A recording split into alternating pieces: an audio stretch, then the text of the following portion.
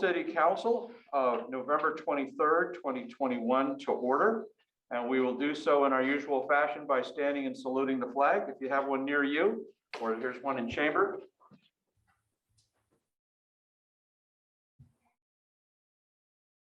All right, I'll lead us off. I pledge allegiance to the flag of the United States of America and to the republic for which it stands, one nation, under God, indivisible, with liberty and justice for all. I just wish we had Gayla here to sing the national anthem again, because she did such a marvelous job. That was beautiful. Like the best one I've heard in a long, long time. City Clerk, would you take the roll, please? Councilmember James Blair. Here. Councilmember Molly Carmody. Councilmember EJ actually, Councilmember Joshua Crossman. Sorry. I am here. Councilmember Holly Smith. Councilmember Tracy Wood. Here. Councilmember Joe DePinto. Here. Councilmember Terry Kaminsky. Here. Mayor JW Foster. Here. Thank you. Can we have an agenda approval, please? I move we approve tonight's agenda. Tracy Wood. Second. No recommendations for additions or deletions. All in favor? Aye. Aye. Aye. All right, we have our plan. And if we zoom in and out, like I think we just did, we're going to try to do some technical stuff here as we go. So you'll note, folks, that we have a new council member, Josh Crossman, which we did his swearing in at the ribbon cutting with his entire family there because they would not have fit into the council chambers. So thank you for having your family present for that, Josh. And know that because this is an interim position, you'll also be sworn in again in January for the full term. This is the short term. And similarly, even though Holly's been appointed to the position, we all have to swear her in for her short term, and then she'll be sworn in again for her full term in January. So Holly, if you'll join me up here. But you can position us so that I think we might have you right in front of this. You'll be right here. Like right here? Right here in front. Yeah, here we go. I can home with this for you. So I'll say it and then you repeat it. Okay. All right. There we go. Yeah, you can see us right up over there. All right, the oath of office.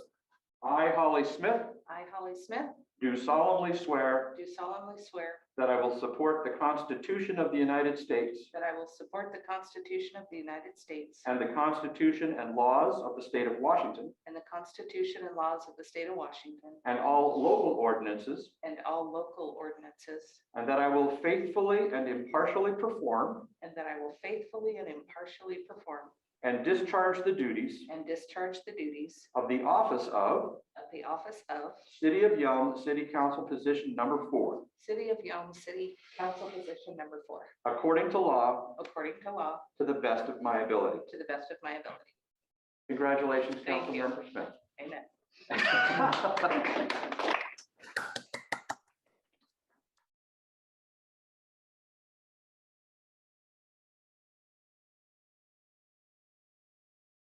You see, it can be done in one.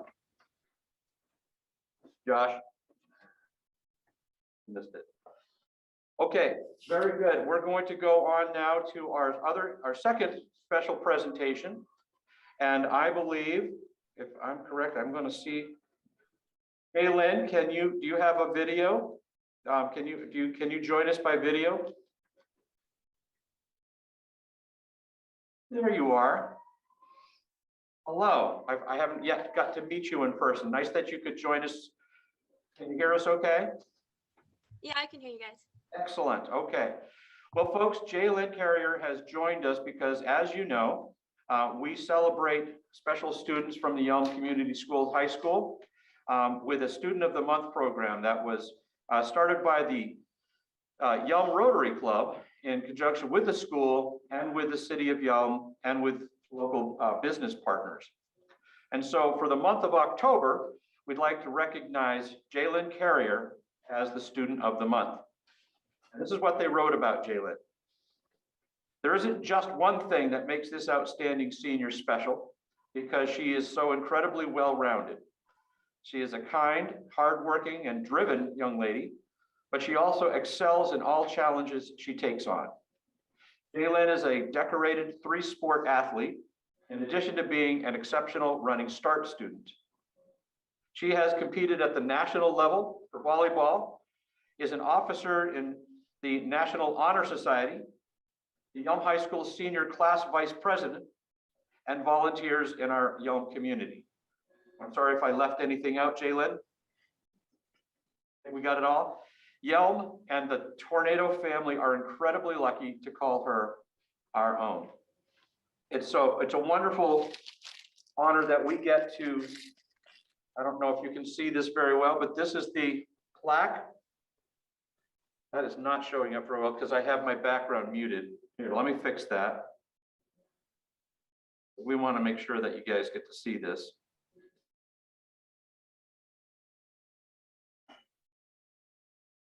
If I hold it up now, you can see it. So Jalen, we're going to give you this plaque that you can hang on your wall. And also, the business partners have provided us with a few things to say thank you as well. And those business partners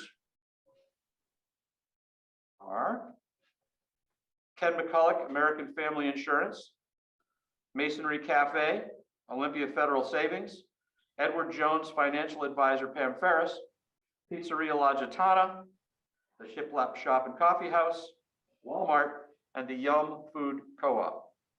Please join us in celebrating Jalen's accomplishment and her hard work for our community. We'll give you a break. And this is where we like to put you on the spot and have you sing the Yelm song. No, I'm kidding. But is there anything that you would like to say? Thank you so much. I really appreciate it. Good enough. And where will you be going next? After high school, I plan on going to Grand Canyon University to get a master's in teaching. And yeah. Outstanding. So will we, as we have seen so many Yelm graduates before, will you be coming back to Yelm perhaps someday to teach? Yeah, I would really like to because I've grown up here, so it'd be cool to teach here too. Outstanding. Well, I'll drop your plaque off at the high school, and I believe you already got your other things during the celebration that the Rotary had with you. Yes. All right, good. Thank you so much for joining us tonight, Jalen. Pleasure to see you, and good luck with everything in the future. Have a great night. All right. Very good. We now have, although we've done the ribbon cutting itself over at the Yelm Water Tower, those of you who have not seen it or about to, at least virtually, I'm going to turn this over to Public Services Director Cody Colt for a celebration of our restored Yelm Water Tower. Thank you, Mayor, Council. Welcome to council members. Kathy Lindemeyer will be showing a short video that was made by a local Yelmite, or Yelmo, depending on what time of the year you are in Yelm. And we'll be showing that video, and then I'll have kind of introductions and some people to thank going on. So Kathy, if you could show that video, that'd be great right now. And here in awkward silence. The video was made by Jared Potter. Jared Potter, yes, I was gonna mention that in the video.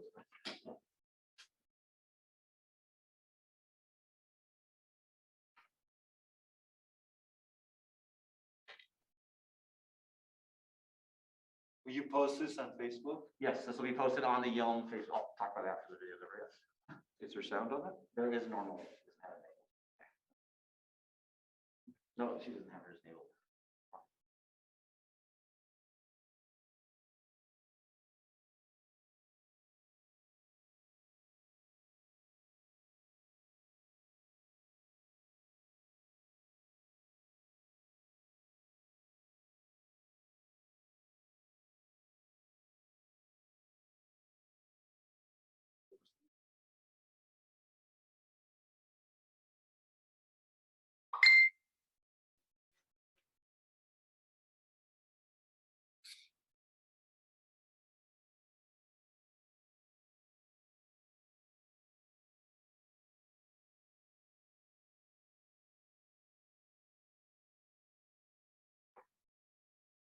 Thank you, Kathy. And if we'll have that posted on the City of Yelm Facebook and YouTube page later this week, along with the ribbon cutting ceremony. We got some good photos and a drone video of the ribbon cutting ceremony that happened tonight.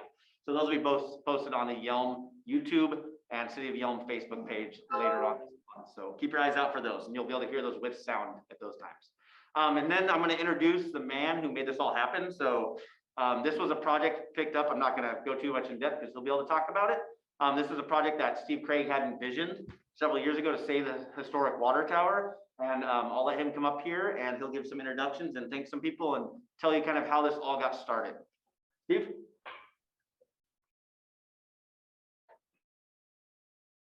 Thank you. I don't want to be redundant. You probably, many of you were at the event this evening. So I won't go back through all of the history, but what I'd really like to focus on are the locals who really helped make this happen. And they're here tonight.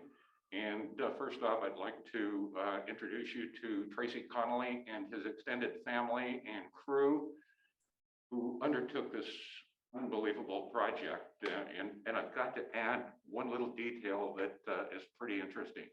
You'll notice on the legs of the water tower that there's cross bracing and it's very intricate. And for a painter to do that is a very major challenge. And what Tracy was able to do, and it's kind of innovative, you know, these mitts that you wash your car with that kind of look like sheep fur. I don't know, Tracy, how many did you go through? Like 35 of those? Oh, yes, I don't know how many more. At least 35. Yes. So anyway, I'd like to have Tracy come up here and say a couple of words about the project. And by the way, his shop is behind Safeway off Ansel at the end of Ansel Road. And so he obviously is very local. Tracy Connolly. Thank you, Steve. Yeah, that was quite a project. I really don't know what to say.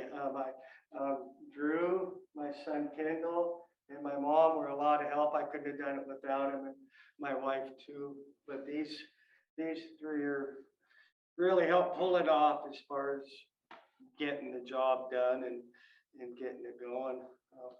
It was a long project. I know people were wondering if I was ever going to get done or if we were going to get done, but we did it. And thanks to Steve, I had the opportunity to do this. It was a cool project.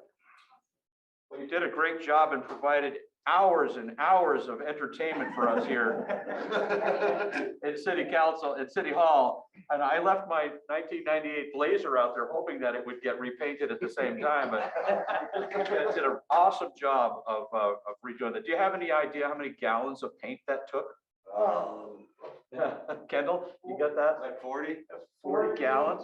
40 and 50. There's like 40 gallons, 50 gallons of primer, give or take, about 40 gallons of white paint. So about 90 Wow. total probably. Wow. Yeah, and then I don't know how many of the car wash mitts we use, paintbrushes.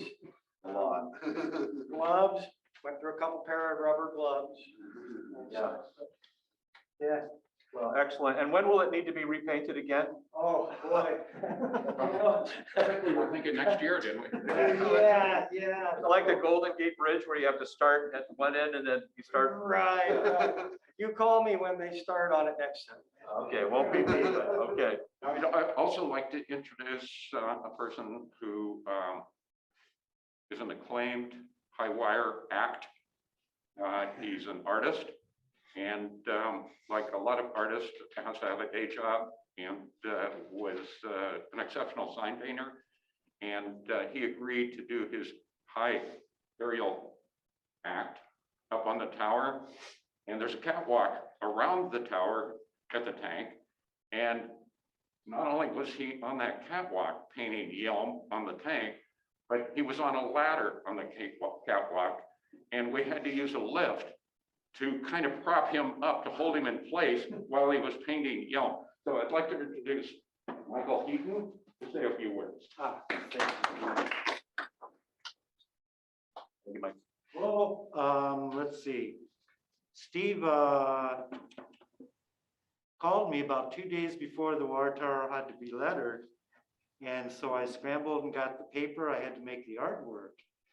And the artwork, as my calculations came to, the word Yelm is 26 feet long. And the letter Y on the word Yelm is 5'3", and the rest of the letters, the ELM, are 5 feet tall.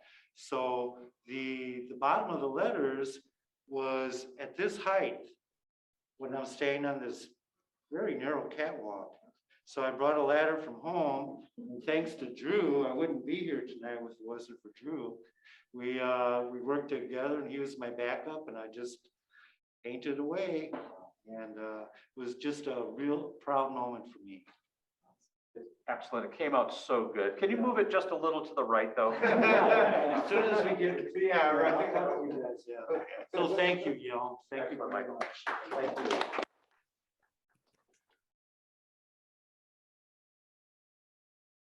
Get that? Yeah. Okay. I'll let you go ahead and you can read that and then I'll. Okay. So although they couldn't be here tonight, Dr. Allison Brooks from the Washington State Historic Preservation Center wanted to have this read for this event as well. On behalf of the Washington State Department of Archaeology and Historic Preservation, I want to thank the City of Yelm and many community partners who made this project possible. Most importantly, I want to thank you all for acknowledging the importance of local history. At a passing glance, this tower may not seem significant.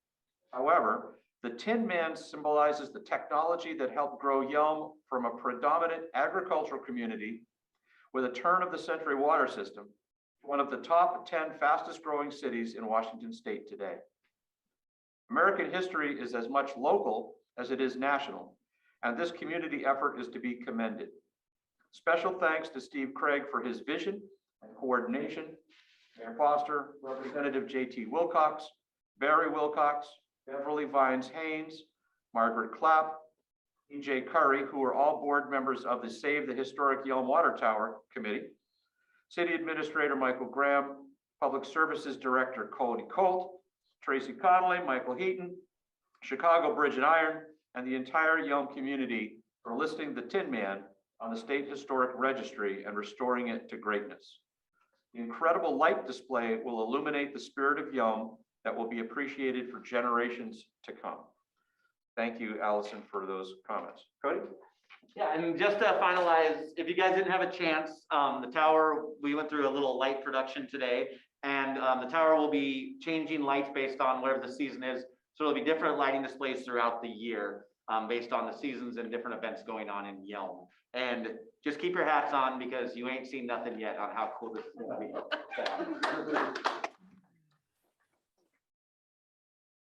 Case in point for those inquiring minds who wanted to know why it was stuck on red for so long, that the programming was still being worked out, but that red and black color was to celebrate the Yelm High School football team for their outstanding season, a 10-0 season, went into the playoffs, and that's the red and black colors of our Tornadoes.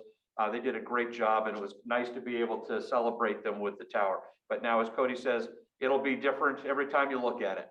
And people are giving us compliments on this from around the region already. So, Steve, have you heard from anybody from beyond yet? Well, it's Olympia and beyond, and I think we are into the Yelm and beyond now. That's what you were saying. Thank you, everybody, for this wonderful addition to, or re-addition to Yelm. Everybody, well done. Okay, that takes us to our public comment period. I don't have anybody signed up for public comment. I am going to just double check real quick that there's no questions in the attendees. So we will move on the agenda. No public comment. Good night, everybody. Thank you so much for coming. So we'll go on to the consent agenda, which in your packet you see are the minutes from the November 9th meeting and the October 21 financials. I move we approve the consent agenda. Said Council Member Tracy Wood. Second, Holly Smith. Yeah, there's music on It's it. been moved and seconded. All in favor? Aye. Aye. Have our consent agenda. Thank you. We'll go now to new business, A, which is ordinance 1081, and I'll have Stephanie walk us through that. Stephanie Dice, our financial director. Thank you, Mayor and council members. I am on page 93 of your agenda packet, and this is really just a housekeeping ordinance as a result of the state auditor's audit. So the city has a Fund 109. It's the YPD School Resource Fund. It's only used to administer the police department contract with the school district. The state auditors felt that that fund should not be its own separate fund. It should be combined into the general fund. So this ordinance would dissolve Fund 109 and absorb that into the general fund. We then have Fund 430, which is titled the Short Line Railroad Fund. We're not sure why it was created, but it was created by an ordinance at one point. It has less than $500 in it. We do not need the fund, so we would like to dissolve that fund and combine it into the general fund also. And then we have a Fund 630, which is a fiduciary fund. The title of it is Project Performance Assurance Trust. We do not need that anymore, but we do need a Fund 630 to account for the custodial activities of our court. And those are activities where we would collect revenues on behalf of the state and then pass those to the state. So we're in custody of them, but they're not our revenues. So those, according to, I think it's GASB 84, need to be parked in a fiduciary fund, which is a 600 fund. So that's the gist of this ordinance, basically just a housekeeping ordinance to better manage our resources. I'd be happy to answer any questions.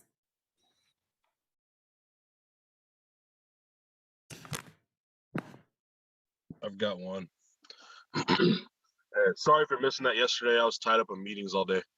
I think everything sounds good. Other that first one, me personally, I would like to keep that separate. That way we know the money going in and out that's specific for that, and it's totally separate from everything.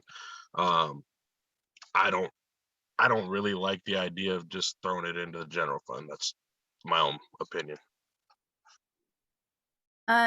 Well, unfortunately, we're required to do our accounting in accordance with the state auditor's budget and accounting and reporting system. And they are the ones that have said that doesn't qualify to be a fund of its own.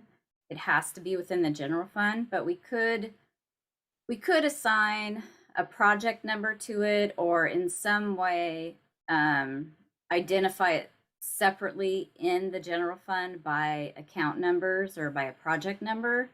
So we could still account for it separately. It'll just be housed within the general fund. As long as there's some way that's very clear that that's money in and out that's specific for that, and we know all where that's all at, then all good. Absolutely. And the city does have a contract with the school district that spells out the amount that they are going to pay for these services. So that will tie directly to these funds that are parked in the general fund. And we can absolutely track it separately with our account codes. And just to clarify, so the state auditor's office can tell us what we can or cannot have a fund for? So they prescribe our accounting system, and it's actually at a national level that designates the fund types and how we number them and what we use them for. So it's generally accepted accounting principles, which is called GAAP, and then the state auditors creates this whole chart of accounts and accounting system in compliance with GAAP that we then have to comply with per the RCWs of the state of Washington. Gotcha. Yeah, that's a whole world that I don't know. So thank you. You're welcome. It's a really good question, James, because the auditor just brought that up at the exit interview that we'll talk about a little bit later as well. And as Stephanie knows, it's better to not have too many funds anyway. It's harder to keep track of them. So we'll rely on the auditor to give us good advice and for Stephanie to implement that good advice moving forward. Any other questions for Stephanie on that particular one? Then we need to go to the action item. So you would have the motion before you would be to adopt ordinance number 1081. I move we adopt ordinance number 1081. Second. Point of order. Go ahead, Councilmember Pino. Sorry, Tracy Councilmember Wood had his hand up. I don't know if that was. No, thank you for that. Councilmember Wood, did you have a question or a comment? Thank you for the acknowledgement, Councilmember DePinto. I was just actually going to make a motion to adopt that, so that's why I put my hand down. But once again, thank you for the acknowledgement. I certainly appreciate that. All right, we have a motion and a second to adopt ordinance number 1081. Any other questions? All in favor? Aye. Aye. Aye. Thank you, Stephanie. Thank you. We'll now go on to new business B, the transportation system plan. And I believe Casey Mock is going to lead us through this. Hi, Casey. Hello, can everyone hear and see me? Yes. Good. Okay, let me share my screen. Oh, host disabled, participant screen sharing. Kathy, can Kathy you or fix that? Jason.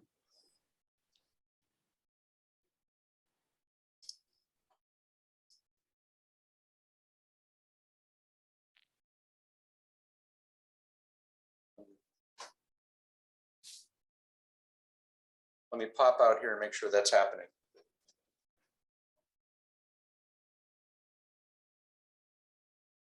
Kathy?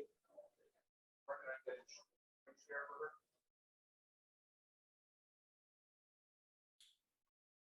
Can you help? Yeah, I got it.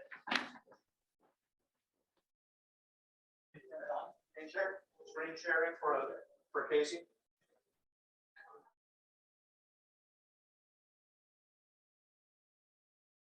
Working on some technical issues there.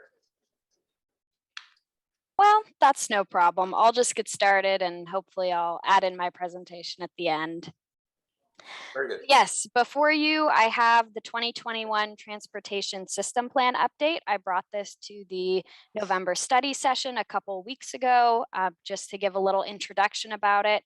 As a reminder, this is a long-range planning document that guides transportation planning in the city for a 20-year horizon. Really, the purpose of it is to have a project list that we can allocate funding to on an annual and a 6-year basis. We have amended some of our street classifications to be in line with WashDOT and Thurston Regional Planning Council. And really the purpose of this document is just to make sure that our transportation planning is staying in line with how our city is growing and changing. And another point that I wanted to talk about in this plan is just the public notice procedures that we've gone through. This document went through Planning Commission at their September and October meetings and had a public hearing in October. We have had a landing page on the city website with the document, the map, and some instructions on what to look out for and how to comment. We've done a Facebook post and a couple ads in Nisqually Valley News. So I would say if this is something people are interested in, they certainly have had the means to get in touch and get their feedback into the document. So before you tonight, I have the final document along with an ordinance to officially adopt it and put it in place, which amends our comprehensive plan transportation element. And I'm very happy to answer any questions. Casey, you should be able to share your screen. Great. All right, can everyone see my presentation? Yes. Okay, well, I hit the high points, but yeah, I wouldn't say there's anything else in here I need to talk about. So does anyone have any questions or concerns? I have a quick question. In this plan, if I remember right, does that include the future little realignment, I guess, of connecting Burnett and the other road across Yelm Ave? It does. Right now, it's left, I believe, as intersection improvements. It doesn't specifically talk about how it'll be aligned, any design features, if we'll put a signal or a roundabout. That would be decided at the time that we start the engineering process for the project. But yes, it is in there. Okay, because if I remember correctly from looking at the images, I think it was, I want to say it would be the north side of Yelm Ave where they're looking to curve that road over. Yes.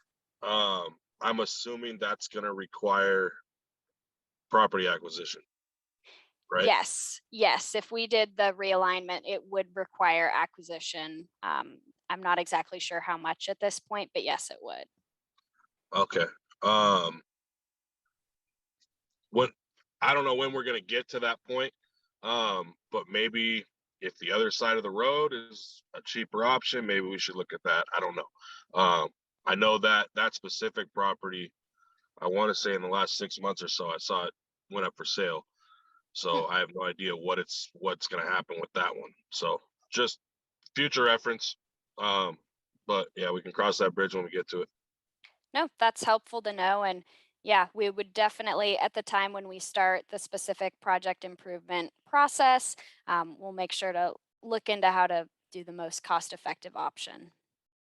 I saw Tracy's hand first and then Joe's.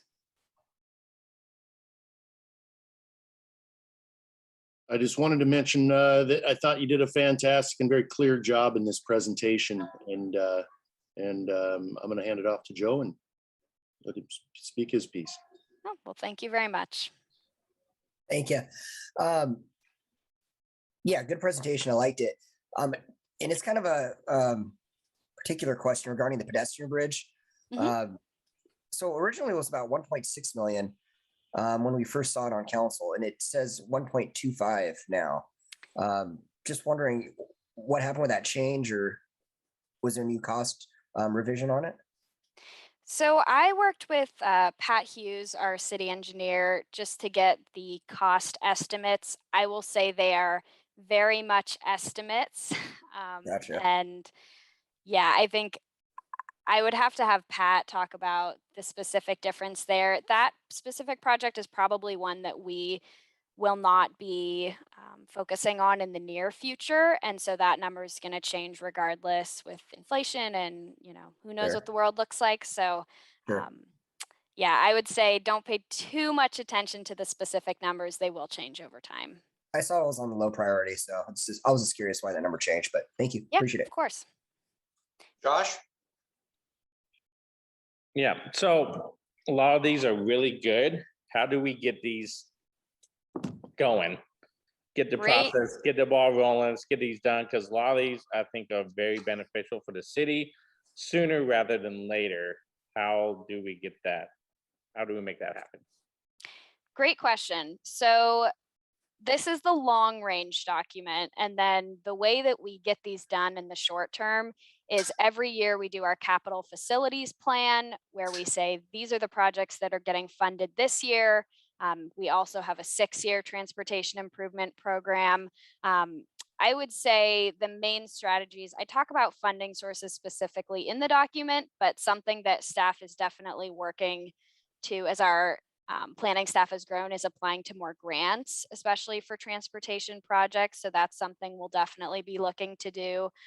In addition, as we get more development, any development that happens in the city that would increase traffic or the number of trips being generated, they pay a traffic impact fee, and we will use that impact fee every year to start chalking off these projects. I think it's worth mentioning too that Our team is constantly on the lookout for opportunities to get funding from multiple sources. And if a project does rise to the level of asking the legislature, it could also be part of the legislative agenda in future years. So always on the lookout. And then as that funding becomes available for a particular kind of project, one of those projects would float up to the top of the list and get work done. Josh, can you put your hand down? All right. Any other questions for Casey? Then the proposed motion would be to adopt the 2021 Transportation System Plan. I move that we adopt the 2021 transportation plan. Second. Seconded by, you just missed out, Josh. Sorry, seconded by Councilmember Blair. We have a special motion for you at the end of the meeting that we're reserving for you, Josh, so don't worry. All right, with no further questions, all in favor? Aye. Aye. Aye. Any opposed? All right, thank you, Casey. Thank you all, and thank you to Planning Commission for reviewing this. I appreciate your time. Kathy, would you please elevate Mr. DiGiulio to a panelist? And then Michael Graham, would you lead us in? Cody, looks like you have something else to say. I'm sorry. Oh, you're good. I missed the amendment. I slipped. I'm sorry. We still have to do the a very important thing that Pat's been waiting to talk about. Then we'll bring Mr. Julian later. I skipped a page. So Cody. Yeah, Pat will start us off. Okay, Pat, number C, resolution 622. Yes, good evening, Council, Mayor Foster. Tonight, I am presenting resolution number 622 for your approval, along with a request to authorize Mayor Foster and City Administrator Graham to sign a financial assistance agreement with the State of Washington's Department of Ecology for construction of phase 2 of the City of Yelm's planned water reclamation facility modifications. This is a major step forward for the City of Yelm. But in order to meet our future flow projections and to meet Class A reclaimed water quality standards, the City of Yelm plans to modify its liquid treatment process from a sequencing batch reactor to a much more efficient membrane bioreactor system. Now, plans and specifications for this phase 2 modifications are now 100% complete, have been reviewed and approved by the Department of Ecology, and are ready for construction. However, in order to pay for the construction of the liquid stream portion of phase 2, the city has sought the financial assistance of the Department of Ecology in the form of a low interest loan. The estimated amount of the loan is $23.86 million based on current construction and equipment procurement cost estimates, but the final amount of the loan will be based on actual construction and equipment costs. Now, this loan carries an annual interest rate of just 1.2% with a repayment period of 20 years. Semi-annual loan repayments will begin 1 year after the project completion date or initiation of operations, whichever comes first. I expect that we'll be starting operations very soon after construction. Construction is expected to begin in early 2022 and last approximately 18 months. Now, there is no restriction or penalty for early loan repayment.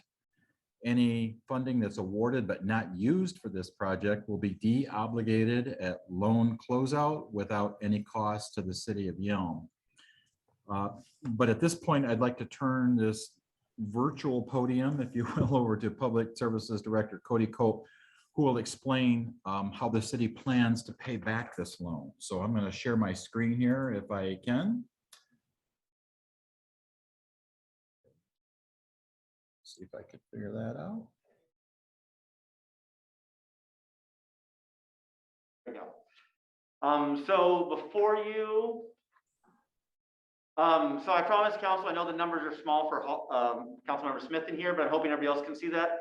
I did talk about that we would not need to have a councilmatic action to adjust rates in any way, shape, or form after we broke down the numbers. And I wanted to give you the numbers so you could see that. I'm gonna kind of walk you through this really quick so you can see where we're at, why we don't have to raise rates with a councilmatic action, and that we can pay off this loan over the 20-year period. So if you look at the two funds, you have your operating fund and your capital fund. The capital fund is the big one we're worried about. You'll notice in the capital fund, a ending fund balance on the top that is going through, and you'll see that the number continues to rise until 2026, which when we start making payments in 2025, that number will start dropping. So what we're doing and what we're planning to do is we build up a fund balance in the capital fund over the next 5 to 6 years, and then we start drawing down that number. So even though it says we have 1.5 million in reserve on 2029, that number will continue to decrease until about 2035, and then it'll start to increase again as our growth projections start reaching their max limit.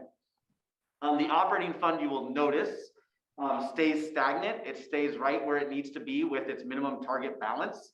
And that minimum target balance is an operating reserve of roughly 2 to 3 months of operating fund. So that way, if anything goes wrong, we have the ability to do some adjustments or make up grounds we did. So I just wanted to show you these numbers in real time so you can see that. These are just the base top numbers. Public Services Committee will get a deeper breakdown of the numbers and see the full budget.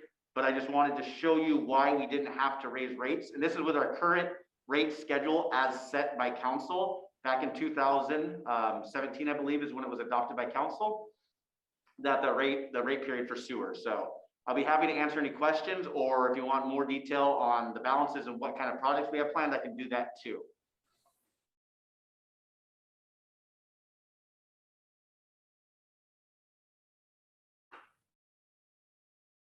Hey, I've got a quick question, Cody. Yeah, Councilmember Blair, shoot. So with the loan, I mean, other than obviously it has to be used on the project, is there any strings attached to the money, like we're expected to do any X, Y, Z or anything like that? So Pat can fill in if I missed anything here, but go ahead. I'll let you get answer it, Pat. Pat can answer. Yeah, the loan, if you look at the actual loan document, it's very specific about the various tasks that the money is to be used for. It is outlined in that document. There's really no strings attached, if you will, other than obviously repaying the loan. But it's to be used for the liquid stream portion of the WRF Phase 2 project. I don't know, does that answer your question? Yeah, no, I just wanted to make sure there wasn't anything like just non-related requirements. They're saying, hey, we'll only use money, but we need you to do X, Y, Z also. No, this is a loan. There's in Cool. case like a grant, there might be a matching where we contribute 25% and the grant, no, but this is a loan. This would be 100% funded through the loan.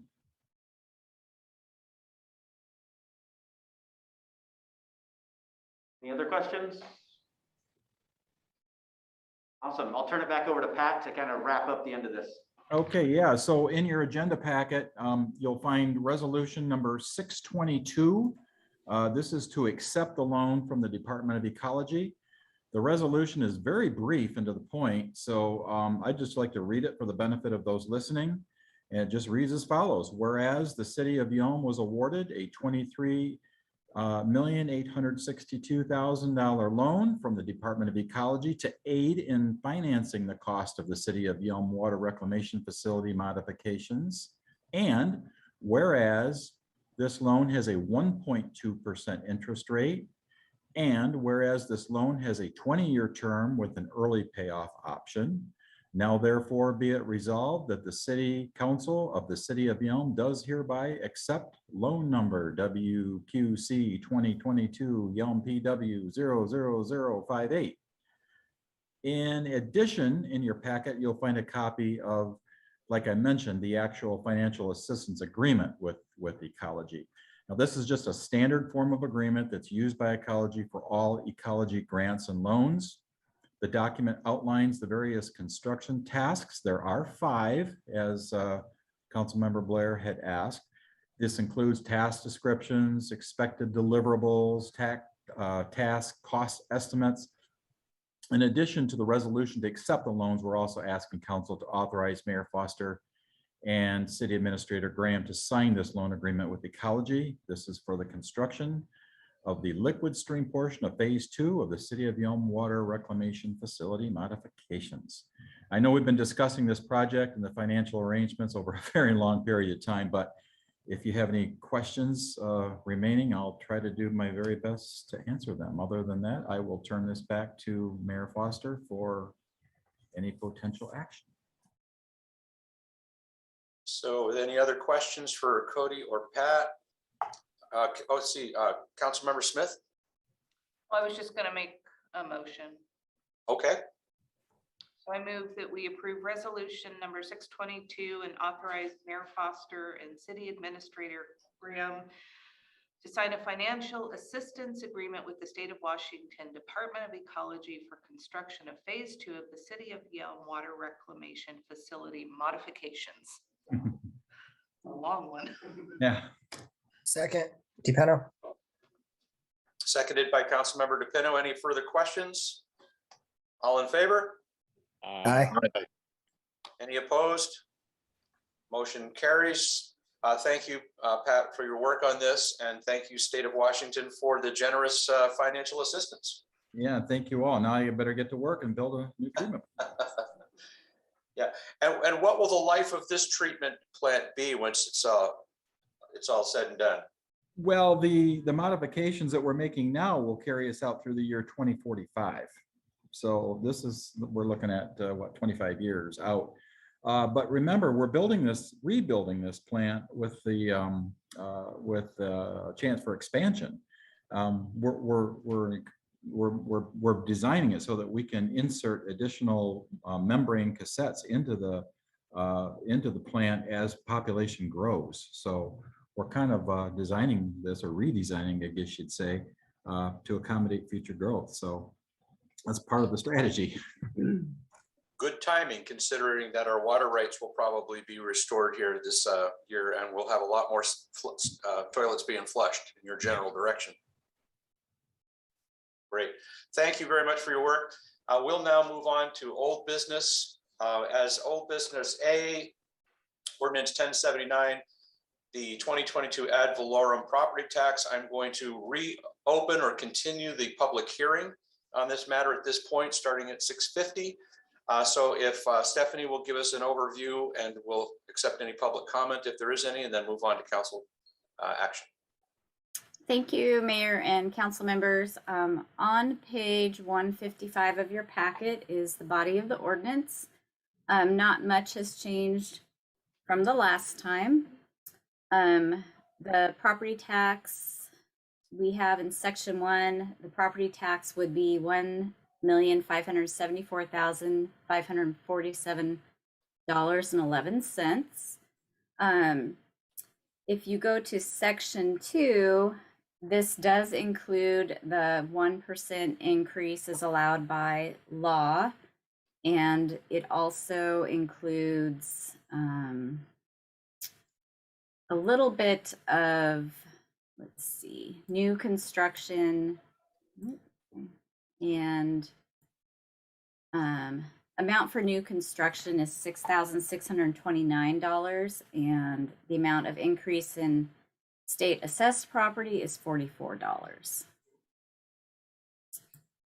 So my recommendation would be to pass this ordinance tonight. It is due to Thurston County by November 30th. And I would be happy to answer any questions. I see. Councilmember Blair? To clarify, the ad valorem. Now, the property taxes, without this passing, remain where they're at, correct? What this is authorizing the 1% increase that we can do by law once a year. So what it's authorizing, it's saying we want to assess the same amount of property tax that we did in 2021, plus a 1% increase, plus those two other smaller items that I just discussed. the new construction amount.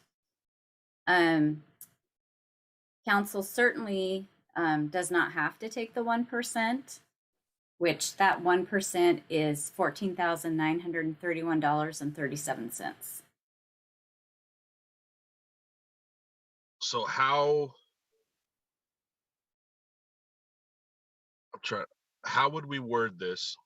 I'm pretty hard set. I'm not voting yes on anything that raises any tax percentage, period. I think everyone's been hit hard enough, and given that everyone's property values are going up, they're getting hit even more as it is. So even if it's a common trend of like, oh, it's only 30, even if it's only 33 cents a month, or it's $3 a month, it's a cup of coffee. That's the same thing we hear for everything.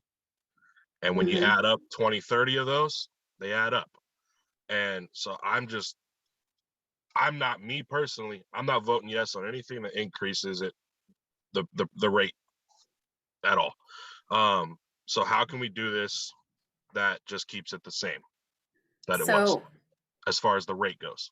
So if the majority do not want to take the 1% increase, my recommendation would be to make a motion to amend this ordinance to remove the 1% increase and then adopt the ordinance as amended. And I'll go over that in more detail, Councilmember Blair, before any action is taken. We'll make sure that all voices are able to be heard on this, but this is a public hearing as well. And I do have a hand up from one of our attendees, Councilmember-elect Brian Hess. Kathy, could we elevate him to panelist and allow him to ask his question?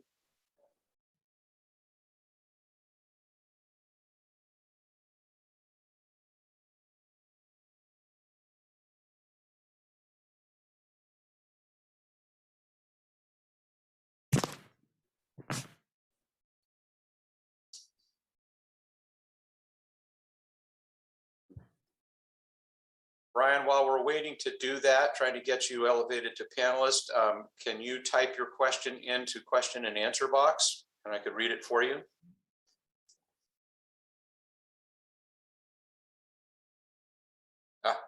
Wait.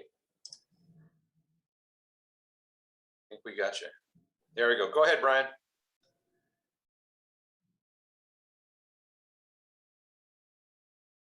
You're muted, Brian. You'll have to unmute yourself.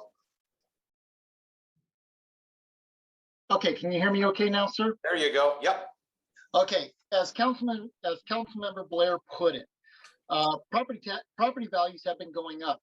I can attest to the fact that my house alone has increased by 1/3 of its value in the past 3 years, which means that I am already, when you look at my value of my house and the property, you've already increased my taxes based upon the fact how much the value has gone up.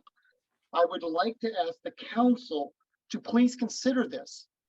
Due to the fact that when value of houses, property goes up, you are getting that much more with our, based upon the taxes upon what the rate is.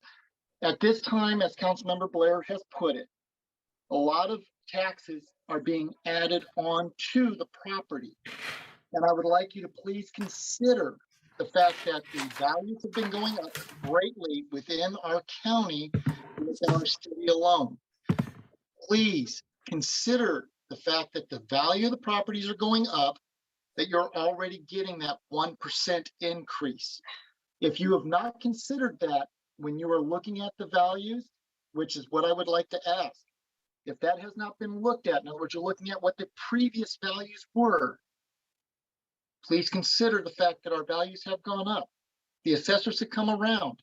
I've personally talked with my assessor when he came because I happened to be at my house at the time.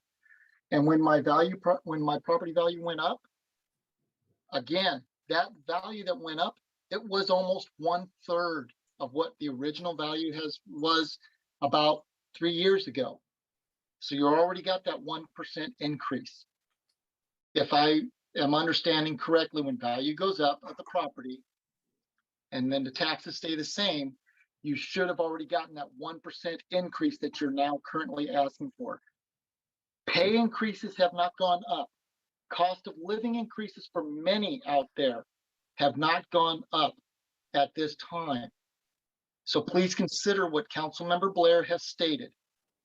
There is no need to raise the taxes due to the fact that the property values have already gone up, and us as working individuals, our pay has not gone up in that amount as of this time. That is all I ask for you to consider when you're looking at doing this vote. I appreciate the time to speak, and thank you very much. Thank you, Brian. I don't see any other hands up from the community. We don't have anybody else in chamber. So we'll turn it back over to more questions for Stephanie from council, and then I'll walk you through your two possible motions that you would entertain. Terry? Stephanie, thank you. Is there any potential downside for the city in terms of supporting our infrastructure or anything if we just do not apply this tax this year? Any downside for the city and our ability to do our job?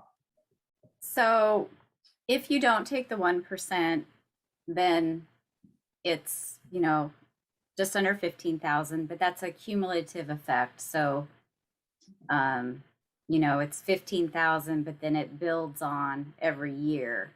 So, unfortunately, the city's costs are rising, as you all know, through the budget process. So it's not going to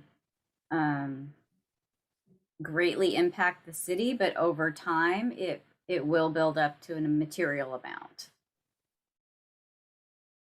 But missing 1 year of increased taxes would not harm our ability to serve the citizens. Correct. Okay, thank you. Okay. So you have two, Councilmember Wood, then Blair. Just trying to wrap my head around this so I'm clear and understanding what's happening. We are, if we take the 1%, first of all, I'm curious, what's the percent at right now that we're adding, that we're attempting to add 1% to? What are we at? What percentage is it? So it's actually, if you go to page 155, section 2, it's 0.96. It's less than 1% increase. It's a less than a 1% increase. Okay, so it's less than 1% increase. And then let's just, for discussion's sake, let's say it brought it up to 10% even. We were at it increase it to a 10%. And then next year we run across this, or the council and mayor run across this same scenario, because it comes up every year as memory serves. Right. Would that be an additional increase on top of that 10%?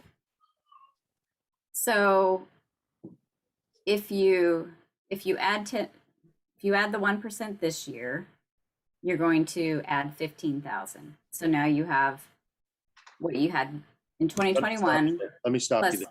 Let me stop you there. I'm not asking about the actual figures, the numbers. What I'm curious about is the percentage.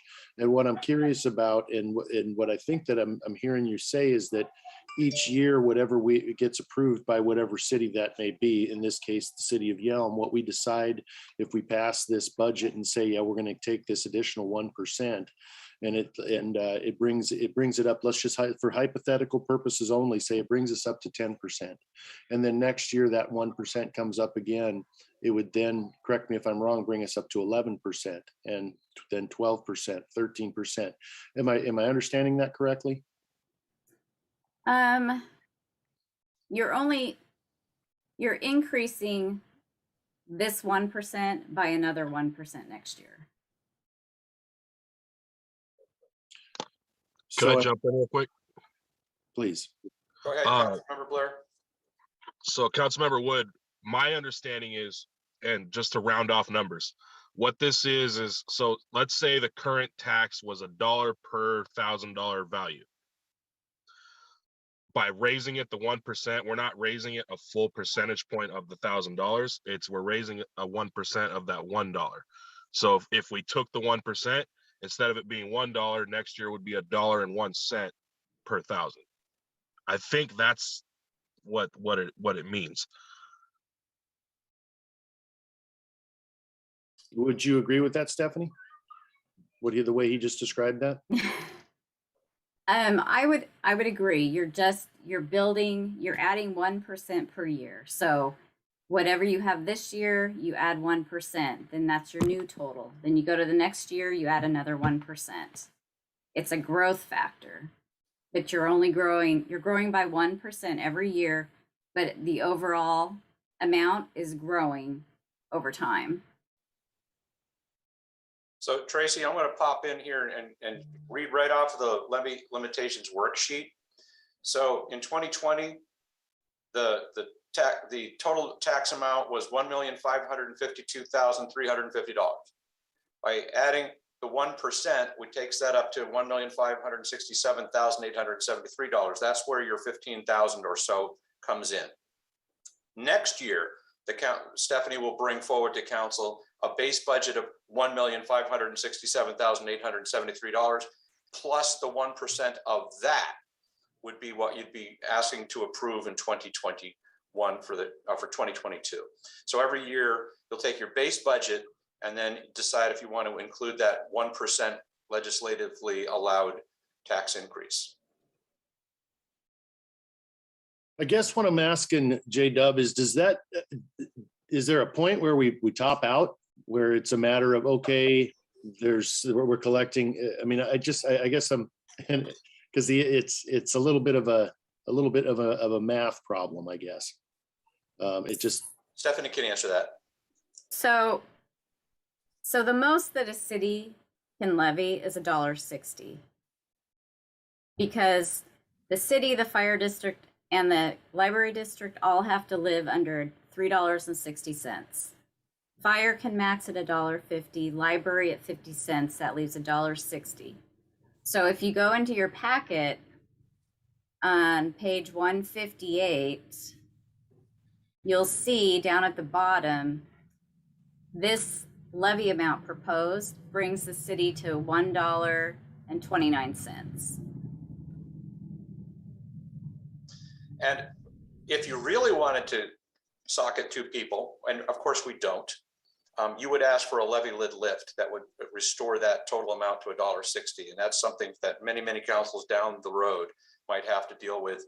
But for right now, it's limited to that 1%. That's why you have to approve it every year.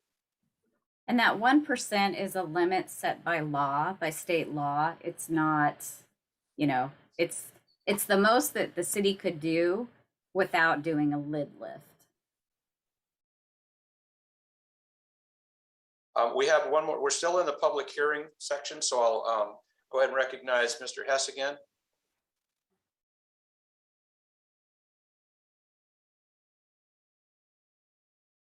Brian, you're muted. Okay, there we go. My question is this: have you taken into account what the current house values are compared to a year ago, prior to asking for this 1%? Because that is what's going to get a lot of the property owners, is that if you are not considering how much their values have gone up and choosing to automatically add a 1%, thinking that the house values are considered the same, then you're adding that much more burden to the property tax owner. And I apologize, I'm truly trying to understand this, listening to it, but are we a year behind when house values get reassessed? Or have you already considered, when you're looking at when asking for the 1%, are you asking for what the house values are as of 2021, or are you basing it upon the value of the property at 2020? Because if you're basing it upon the value of 2020 and it's now 2021 and the house values went up prior to you doing this assessment, in reality, at least my understanding of it, you are now taxing the property owners twice. Because if a property owner's value went up 3%, And now you're asking to add another 1% on top of that. They're already paying more in property tax values based upon their value of their house going up. And now you're adding another 1% to that. And as Councilmember Blair put it, we keep saying that this is just another McDonald's meal. This is another Starbucks coffee per month, whatever it may be. But please understand, this is just the city of Yelm. It's not the fire district. It's not the library. It's not the county, and it's not the state that are increasing the values of their percentage of what they're going to tax, but also the assessment value went up on the property. And that's all I have to say. Thank you very much. Yeah, Brian, you asked a question. Stephanie wanted to answer it, and then I'll recognize Councilmember DePinto.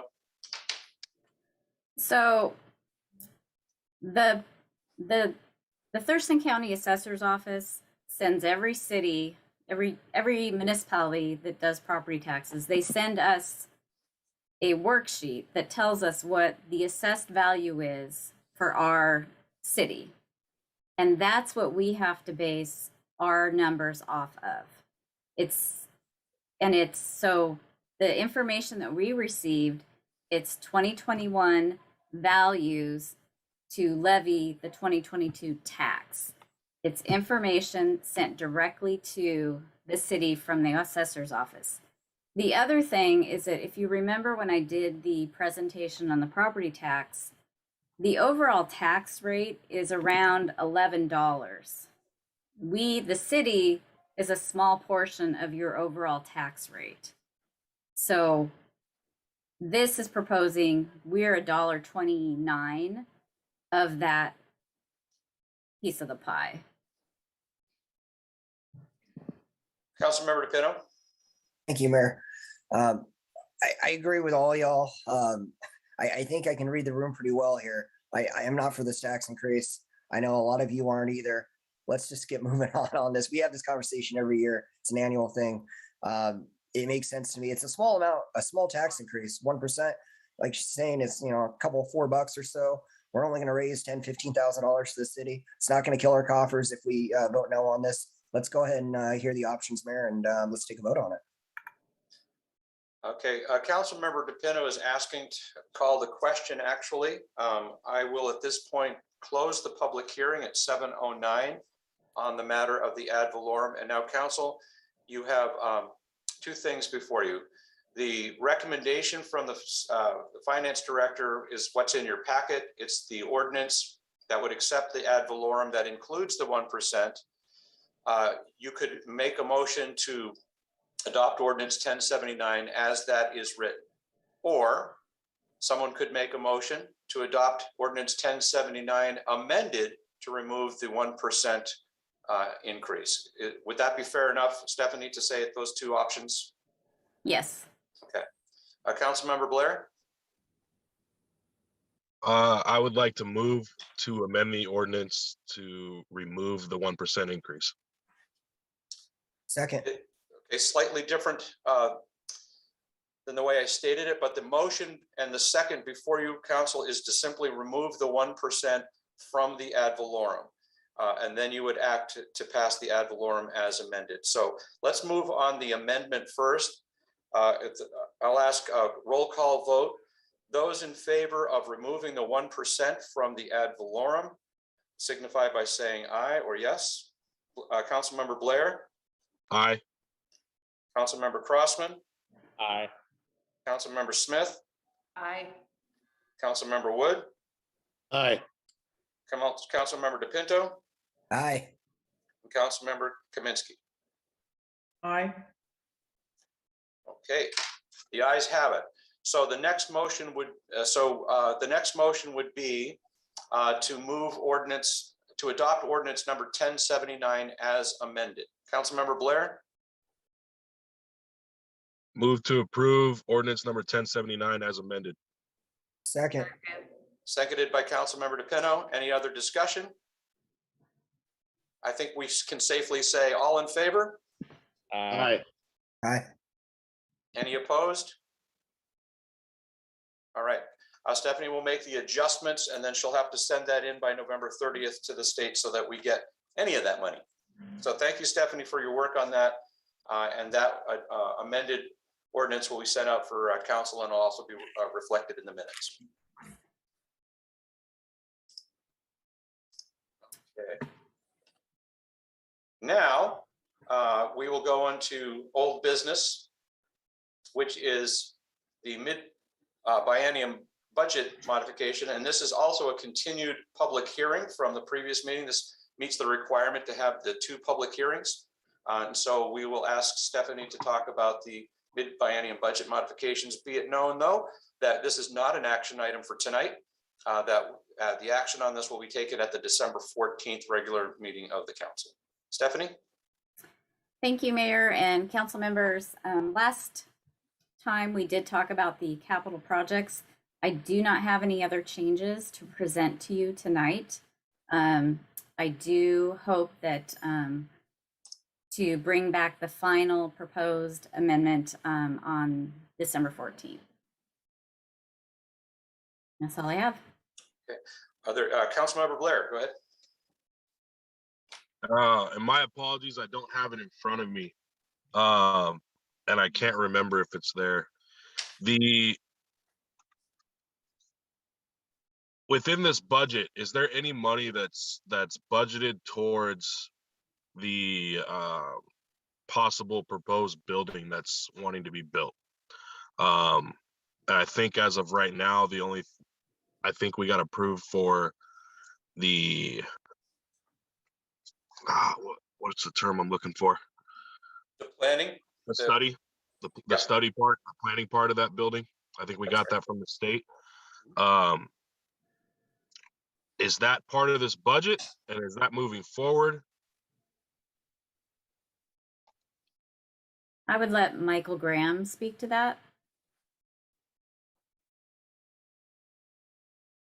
The funds that we received from the state is accounted for this. Cody Colt and I are actually working with the Department of Commerce, and we're seeking reimbursement for any funds that we have expended or will expend as part of that process. So we get that money back from the state. But that's the only thing that is happening here. Any monies that we expend is getting reimbursed by the state. That's how the process works, but no additional money is allocated or included in this for the next phase. Okay. The other question I have we spent any money on this? If we have, what was done? And I mean, I'd like to gauge where this council's at on that project in general. Because if this council isn't really interested in moving forward with it, I don't think we should spend that money, period.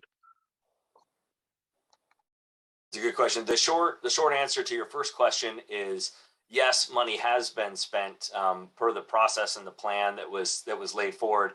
Cody actually just did a full accounting of this to the Department of Commerce, submitting those numbers. So Cody, Tag, you're it. I'll let you speak to the details of what has been spent so far before then opening it back up to council for the second aspect of the question that Councilmember Blair is asking. Yeah, so far the grant was 196,000. We spent about 46,000 roughly, $962.28. I'm just pulling that from the top of my head. I did the math this morning. That's how much we spent so far, and what we've done is some basic design plans. We had an open house, 2 open houses, one virtually, one in person. And then we had a survey, which will be coming to council. So the next step in this whole process is to bring everything we have back to council to kind of, show you where we're at, what the public wants. Just to give you a little glimpse into that, we had over 120 people participate in the survey in the open house. And there's a majority of people that wanted some form of this building. And I think you'll be pleasantly surprised to hear kind of what we have going with this building. But that'll be the next step before we, spend any more money, as you said. We'll be bringing it to council to kind of see what we have so far and next steps going forward.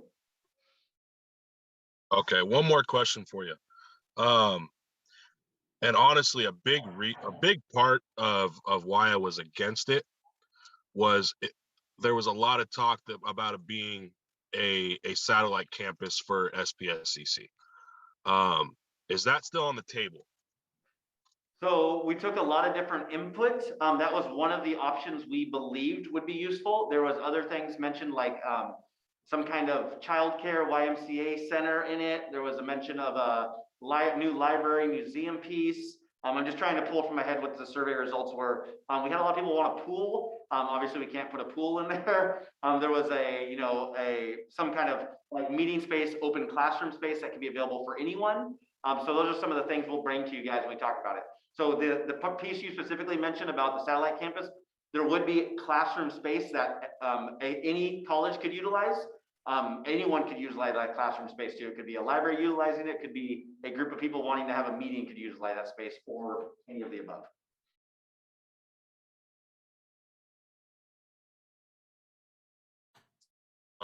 So as far as meeting space, that specifically, I feel like the community center can already handle that need. Unless I'm wrong.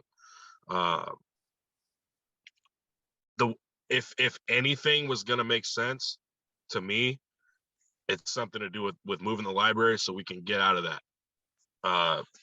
Because personally, I think where it's at now is just costing the city more and more money. But maybe if it helps, if it would help like bring some kind of YMCA center or something like that, I'm assuming that if there was something with the YMCA that they would lease that space. So there would be individual agreements for each group that would be in there. So the library would have its own agreement, YMCA would have its own agreement. Any other group, if the high school wanted to use it, the high school mentioned having a sports medicine classroom off campus somewhere where they could work. That would be, we would lease it to them. We'd have some agreement we'd bring to council for any business or any company coming in wanting to do that kind of space. And the YMCA was mostly a childcare. I don't know if you are familiar with Y-Care. Some kind of before after school care, or even possibly with a Boys and Girls Club, some kind of teen center combination. So those are some of the options that were thrown out. We'll be bringing a lot of those to council in the coming months. So our plan is that the first study session in January, we'll bring it to you guys. Okay, thank you. No problem. Thank you, Councilmember Blair. I'm looking for other hands. With no further questions, we will end the public hearing at 7:19 p.m. We will move this to an action item at the December 14th meeting, and there'll be more updates to it then. Thank you, everybody, for your work on that. And now we will move to old business C, the American Rescue Plan Act federal funding, and then we'll have Michael Graham start this off and introduce our speaker. Perfect. Thank you, Mayor. Good evening, Council. This is a follow-up to a conversation that you've had, actually a couple of conversations that you've had about the American Rescue Funds. And what we talked about at the beginning was we put out a path forward for Council to consider using those funds, which would include infrastructure, public safety, and repayment of costs and investments that we made for remote work, things of that sort. So reimbursing ourselves in the ER&R fund. What we need to do today is Council actually took action, authorized us to receive the funds, and then expend the funds according to the appendix that was laid out, which was Appendix A. What didn't happen was there was two options that were teed up for Council, Option A and Option B. Option A actually has the Council making those investments, one of which you already approved, which is for the body cameras and the other cameras for the police department. You approved that at your last meeting. So the actions that you've taken and the recommendation is that you actually approve Appendix A, Option A, which results in you investing in public safety cameras like we talked about, infrastructure, which is what we're going to talk about next, as well as the cost reimbursement. And it also leaves approximately $173,000 for Council to use at your discretion, either this year or next year, depending on when you take action. And it would also leave $1.3 million at Council discretion in 2022 or 2023, depending on when you take action. So the recommendation and the path forward, the biggest bulk of it was to actually use it for the 640 acres and to actually acquire the property, pay off the assessments, and own that free and clear, which would be a tremendous asset to the city, in addition to the return on investment when you utilize the ARPA funds of the 173,000 that I talked about, and then the 1.3 million that would be at council discretion. So that's what's needed for you for action tonight. We had a request when we had this conversation originally for more information on LID, and Councilmember Carmody actually asked specifically for a presentation on this. And so the good thing is we've been reaching out with Stephen DiGiulio. He's with Foster Garvey, and he's the one that actually helped provide a lot of the information, foresight, and he can provide all the history on the LID, how we got here, and a little more context for those of you that would like it about the steps and the options and the path forward. Again, bringing you back to utilizing the ARPA funds to essentially acquire the property, pay off the assessments, and own it free and clear, of which then could be utilized consistent with the comp plan, the transportation plan, all at council's discretion as the policymaking body. So with that, I will hand it over to Mr. DiGiulio, who's got a lot of information for us tonight, and then action would be requested by council on the proposed motion for your consideration tonight.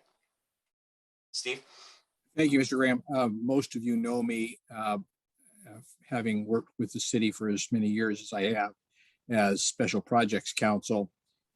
I started working on local improvement districts nearly 40 years ago with one of the communities that is the most active in using LIDs, the city of Kent, whose hundreds of millions of dollars of infrastructure, primarily Cross Valley arterial streets,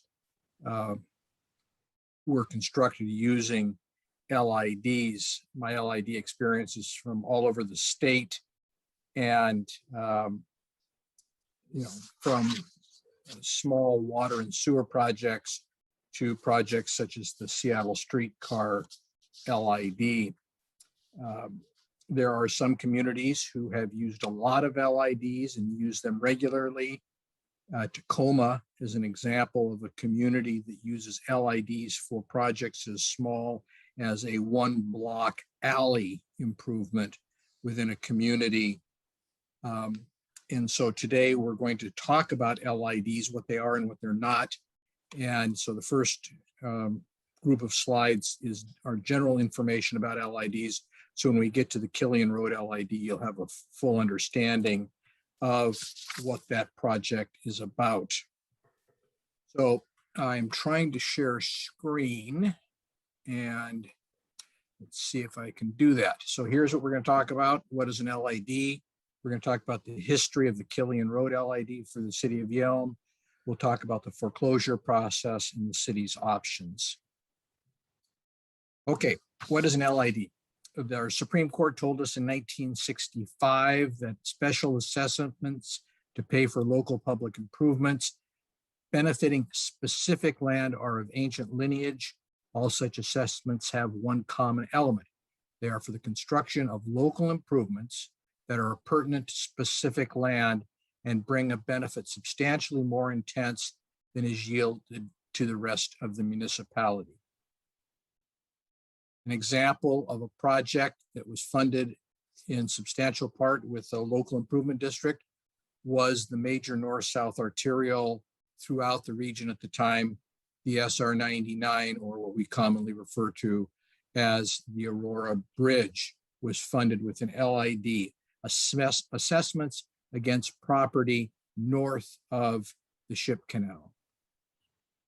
The city of Seattle used LIDs to regrade what we now know as the Denny regrade area and South Lake Union, and to create Harbor Island.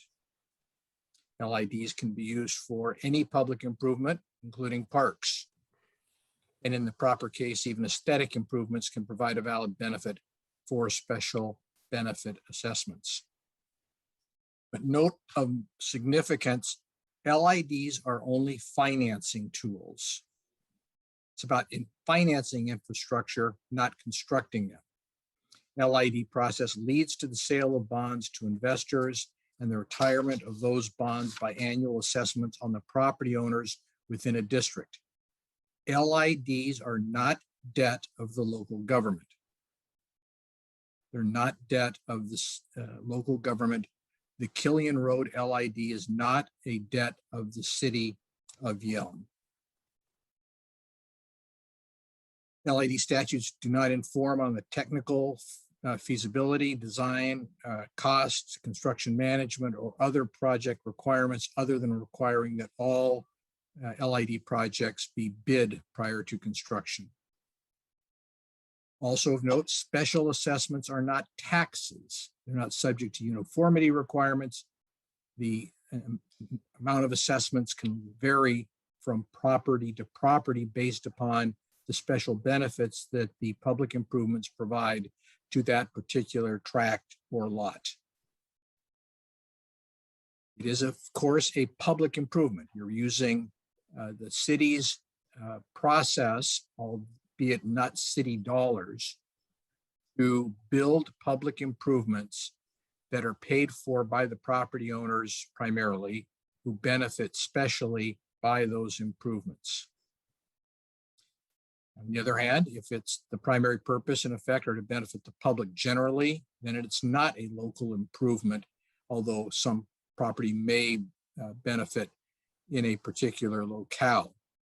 And that's a constant debate as to whether or not a project should be funded by the city generally or by only property in a specific area. It's a reminder that an LID pays for the capital cost of a project.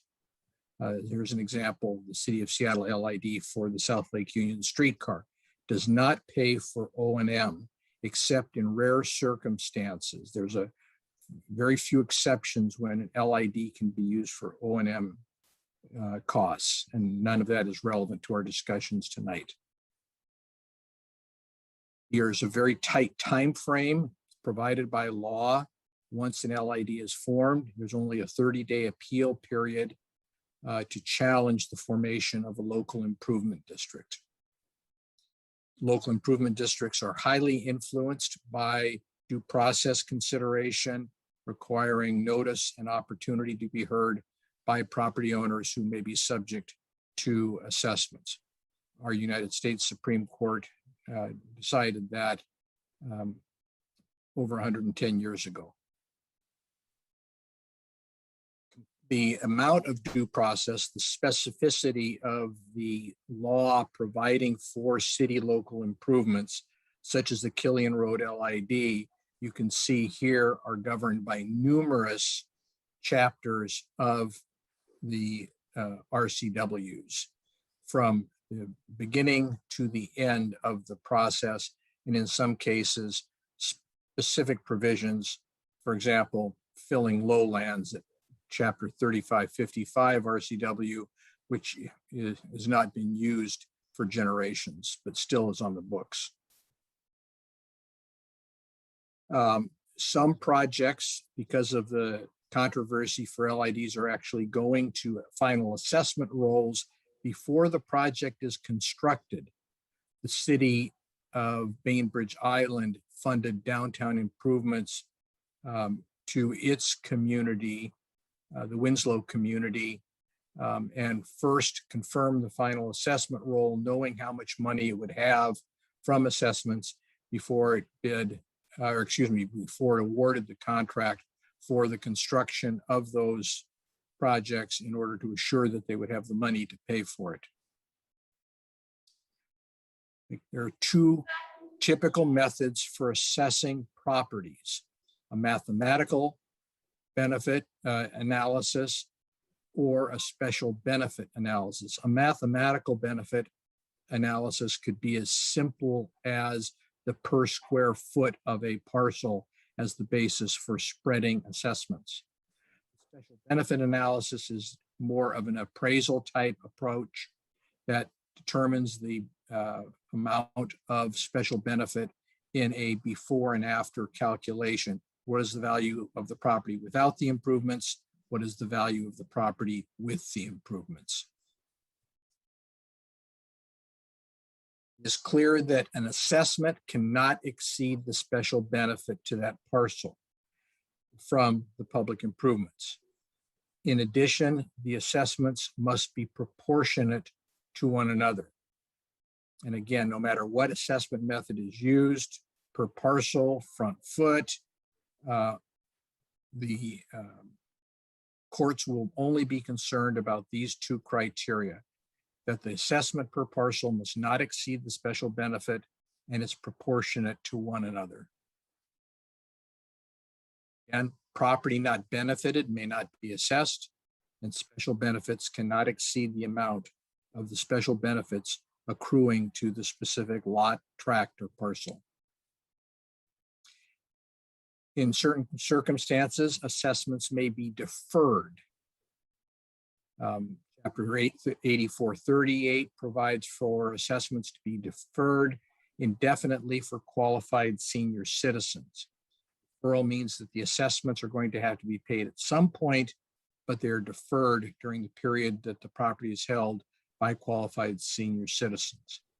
Also a provision for deferral for economically disadvantaged property owners. But again, that's not relevant to our discussions tonight, but just so it's there for your information. There are also deferrals of assessments for qualified farmland and timberlands, but not for open space. Again, the assessments do not go away against the property. They become a lien against the property, and at some point will have to be paid. Once the final LID share of costs has been ascertained, this amount is distributed on a final assessment roll. So each parcel of property is allocated a certain amount that's to be assessed. While the formation of an LID, the determination by a city to form a local improvement district, is legislative, the determination as to how much a property is to be assessed is a quasi-judicial proceeding. And typically those are now handled by hearing officers who make a recommendation to the city council in order that the hearing process is properly followed. Okay, that's a brief summary of what an LID is. Again, it's not a tax. It's not a general obligation of the city. The security for the borrowing to fund the infrastructure is secured by the assessments against the benefited property. And here we're talking about 640 acres that were annexed to the city in 1994 that was zoned for a master planned community. That the application for a master plan development occurred in 2006. And then that property went into bankruptcy and was in bankruptcy in 2009 to 2010. And in 2010, the bankruptcy trustee sold the property to a limited liability corporation called DDD Washington. And as of 2010, the property was held by DDD Washington LLC, and the assessments against the property were paid or were to be paid by the property owner DDD Washington LLC. But note that that LLC was not obligated as an LLC to pay assessments. The property was the obligation. Okay, so how did the Killian Road LID come about? The city, by resolution adopted April 26, 2006, adopted resolution number 464 to give notice of intent to form an LID, and that sets the public hearing date, which the city council conducted on May 24th, 2006. And then the next month, the council meeting in June, on June 14th, 2006, the city adopted its ordinance number 847, forming the LID.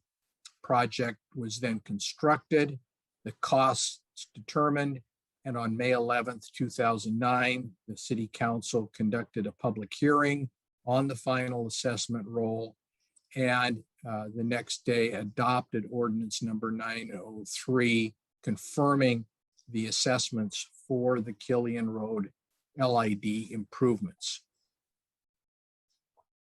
Those improvements, as you are more familiar with, we were not, by the way, as a law firm involved during this period. The city was assisted with by a different law firm at that time. The LID improvements include improvements to Yelm Avenue from 93rd to Cullens Road, and from improvements to Killian Road from Yelm Avenue to SR 510 Yelm Loop, and all the associated improvements, curb gutter sidewalk, bicycle lanes, utility infrastructure. And then an extension of Killian Road or Tahoma Boulevard south of SR 510 to the boundary of the master planned community. A new signal at Killian, Tahoma Boulevard and Yelm Avenue, and the attendant utility infrastructure, water, sewer, as well. The assessment roll for the LID included 94 parcels of property for a total assessment amount of $10,500,000 approximately. The assessments per range you can see were significant. I only looked briefly at the assessment roll, but I saw an assessment as low as about $2,400 to an assessment of over $2.5 million against one parcel. The Thurston Highlands parcels were subject to assessments. These are all the parcels combined of almost $4.9 million. So of the 10.5 million, 4.9 of that, a little less than half of that was assessed against the Thurston Highlands properties. The assessment collection process provides for the initial opportunity for a property to pay off the full assessment, or in the case of the Killian Road LID, to pay principal and interest on the declining balance in 15 annual installments. The city gives notice annually, and they have a period of time within which to pay the annual assessment. And if assessments are not paid, then the city is both permitted and required by law to proceed to collect on the delinquent assessments after 2 delinquencies. So after 2 years of delinquent payments, the city then commences the collection foreclosure action on the property, again, that is subject to the lien. The lien for an LID is a first lien that is superior to all other liens. Whether the liens attached to the property before the LID or not, the lien is the superior lien that technically is second only to general taxes. But the LID is assessment lien is sometimes called a super lien. All right, returning to the foreclosure process now. So again, the Thurston Highlands parcels were held by DDD Washington. By 2012, there were delinquent assessments. In September of 2012, the city gave notice of its intent to foreclose on the property. And then on December 21st, 2012, the city and DDD executed a repayment agreement and to stop the foreclosure process. And the city was paid the delinquent installments of 2010 and 2011 in the amount of $1.556 million. So again, those were for the delinquent 2010 and 2011 installments. DDD again fell behind in its payment of delinquent installments, and in April 2016, DDD told the city that it was going to make no more assessment payments under the assessment repayment agreement, was in breach of the agreement, and also failed to pay installments. And as a result, on July 26th of 2016, the City Council adopted its motion to authorize the foreclosure and other actions with respect to the repayment obligations and the assessments against the parcels. So as of November 2016, so the motion by the council was in July. As of November 2016, 3,204,000 was delinquent. That was principal and interest. So the process then began negotiating with DDD to try and resolve this issue. And finally, we reached an agreement late in 2017 that was memorialized in an agreement for deed in lieu of foreclosure. And at the end of the year, the city was paid $1.8 million, and the city took the deed to the Thurston Highlands parcels. And that deed was transferred to the city on December 22nd. So let me stop there and talk about this process for a moment. The city was received the deed in December 2017, but it is not an unencumbered deed. The deed is subject to the lien of the LID because that property is held for the security of the bondholder for the city's LID number 2. One of the reasons why DDD at the time paid $1.8 million was because it wanted to preserve the opportunity to redeem the property out of foreclosure and to take the deed back if it redeemed the amount necessary as provided by law. In normal circumstances, the property owner could simply have walked away from the property. The city would have taken the deed and would have had no cash in addition. But here, the city took $1.8 million and the deed and allowed the property owner to continue with the redemption period for a redemption period, which lapsed in 2019, which means that there is no longer a redemption and that property is held by the city in the LID fund. Again, the city holds the property subject to the obligation of the LID. Steve, do you mind if council interrupts you with a question from time to time? No objection, Mayor. They're welcome to interrupt. Councilmember Blair? Just a quick question. That $1.8 million, and I don't know if you're going to know the answer or I'm sure the mayor will. What did we do with that? Did we pay that directly to the LID balance? That goes to the LID fund and is used to pay assessments as they come due to the bank, who I believe holds the bond for the property. So that money went into the LID fund, and with other assessment payments, they all go into the LID fund, which is, you talked about funds earlier in the council meeting. It's one of the requirements of law that you maintain a separate fund for the LID. The assessment payments go into the LID fund, and then the fund pays from its balance to the bond, the principal and interest on the bond.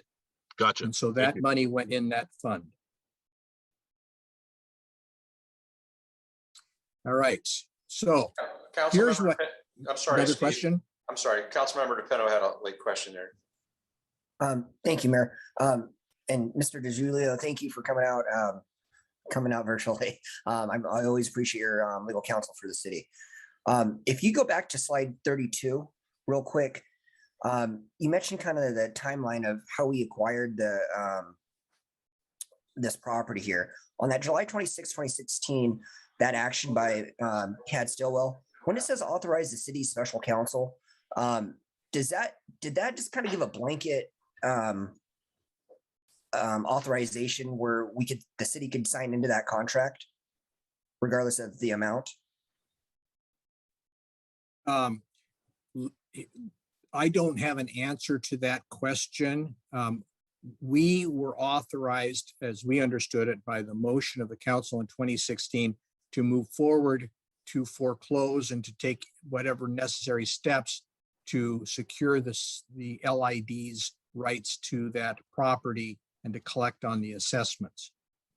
So we began after that time to go through the process. What we ended up doing is, rather than going to a judgment, we took the agreement and the deed in lieu, which saved the city the cost of all the court proceedings and got the money into the LID fund quicker. But that was the process that we did. Was it a court action? No. Was it in lieu of the court action? Yes. And so we proceeded, and in working with the city, understood that we had the authority to proceed with that. Okay, because my understanding when in December of 2017, when we did sign that agreement for deed in lieu of foreclosure, my understanding was that didn't occur the proper way, and perhaps Mayor Foster can speak to it, but there was no public hearing or anything held for that, which I believe the RCW was required. I don't know. No, there's no public hearing required for this closing on this deed in lieu of foreclosure. So signing over that paper, that document to the city of Yelm didn't require any authorization then? It didn't require a public hearing. The question is whether or not the mayor had authority independent of the council to implement the council's direction in July 2016 is a question that the city will ask internally. Fair. Thank you. Okay, so this gets to the point about, or the question that I understand some have asked or raised is, doesn't the city just own this property now? Well, the answer is, under law, the city holds the property, but it's held in trust by the city for the fund of the improvement district. Here, the LID number 2 fund, into which assessments are pledged to be paid. So you hold that property in trust for the LID.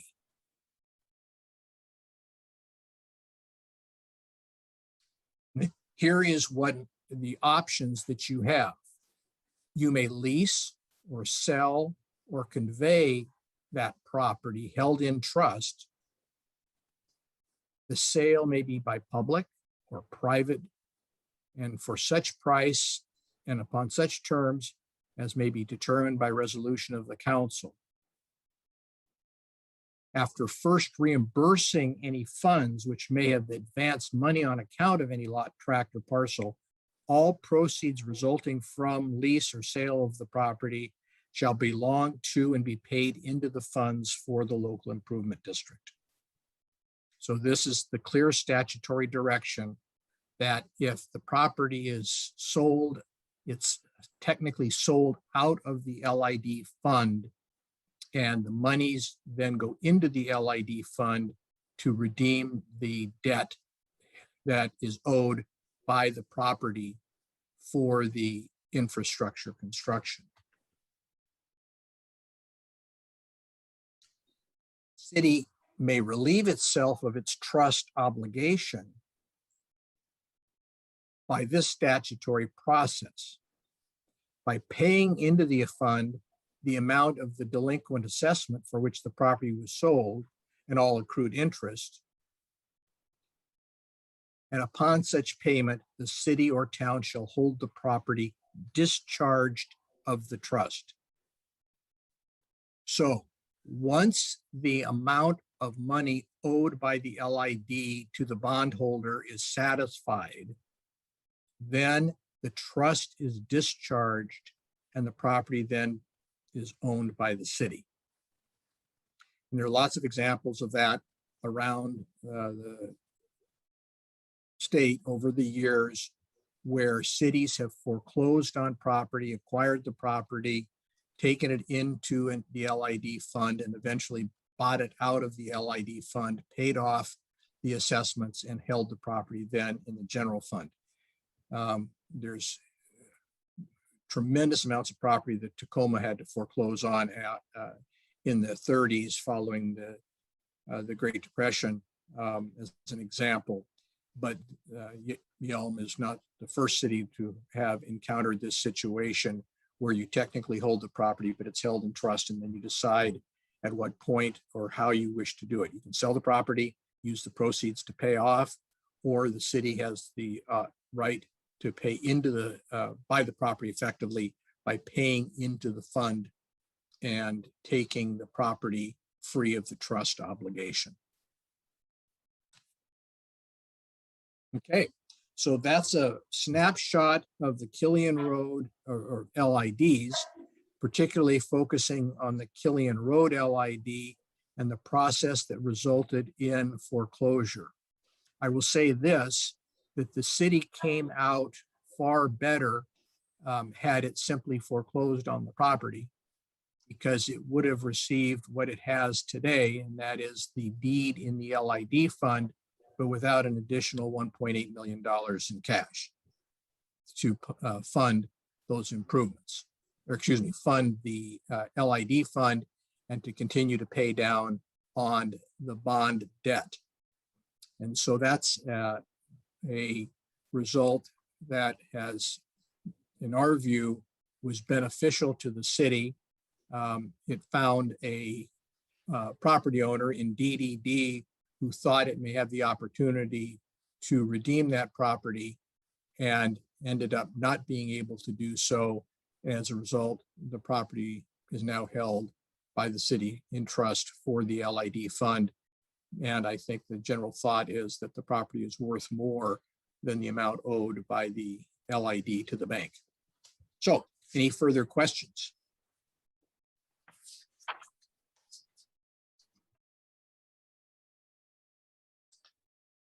I think not at this point.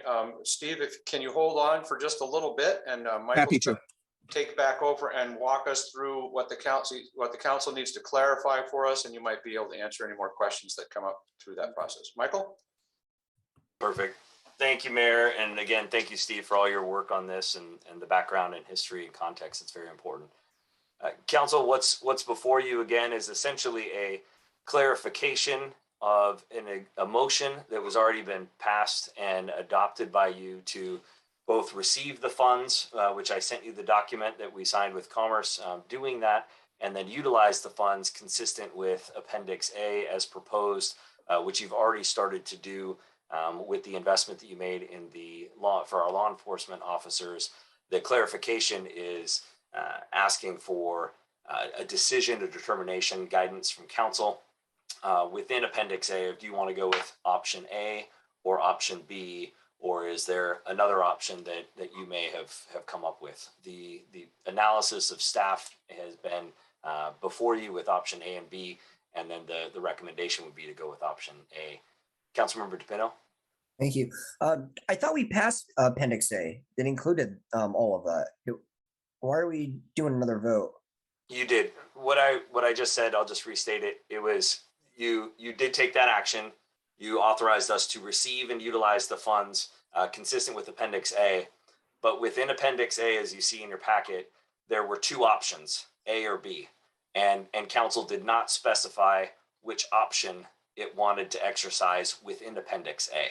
And so it's just getting that additional clarification from council. One has more money, as I mentioned earlier, around 170,000, and then 1.3 at council discretion.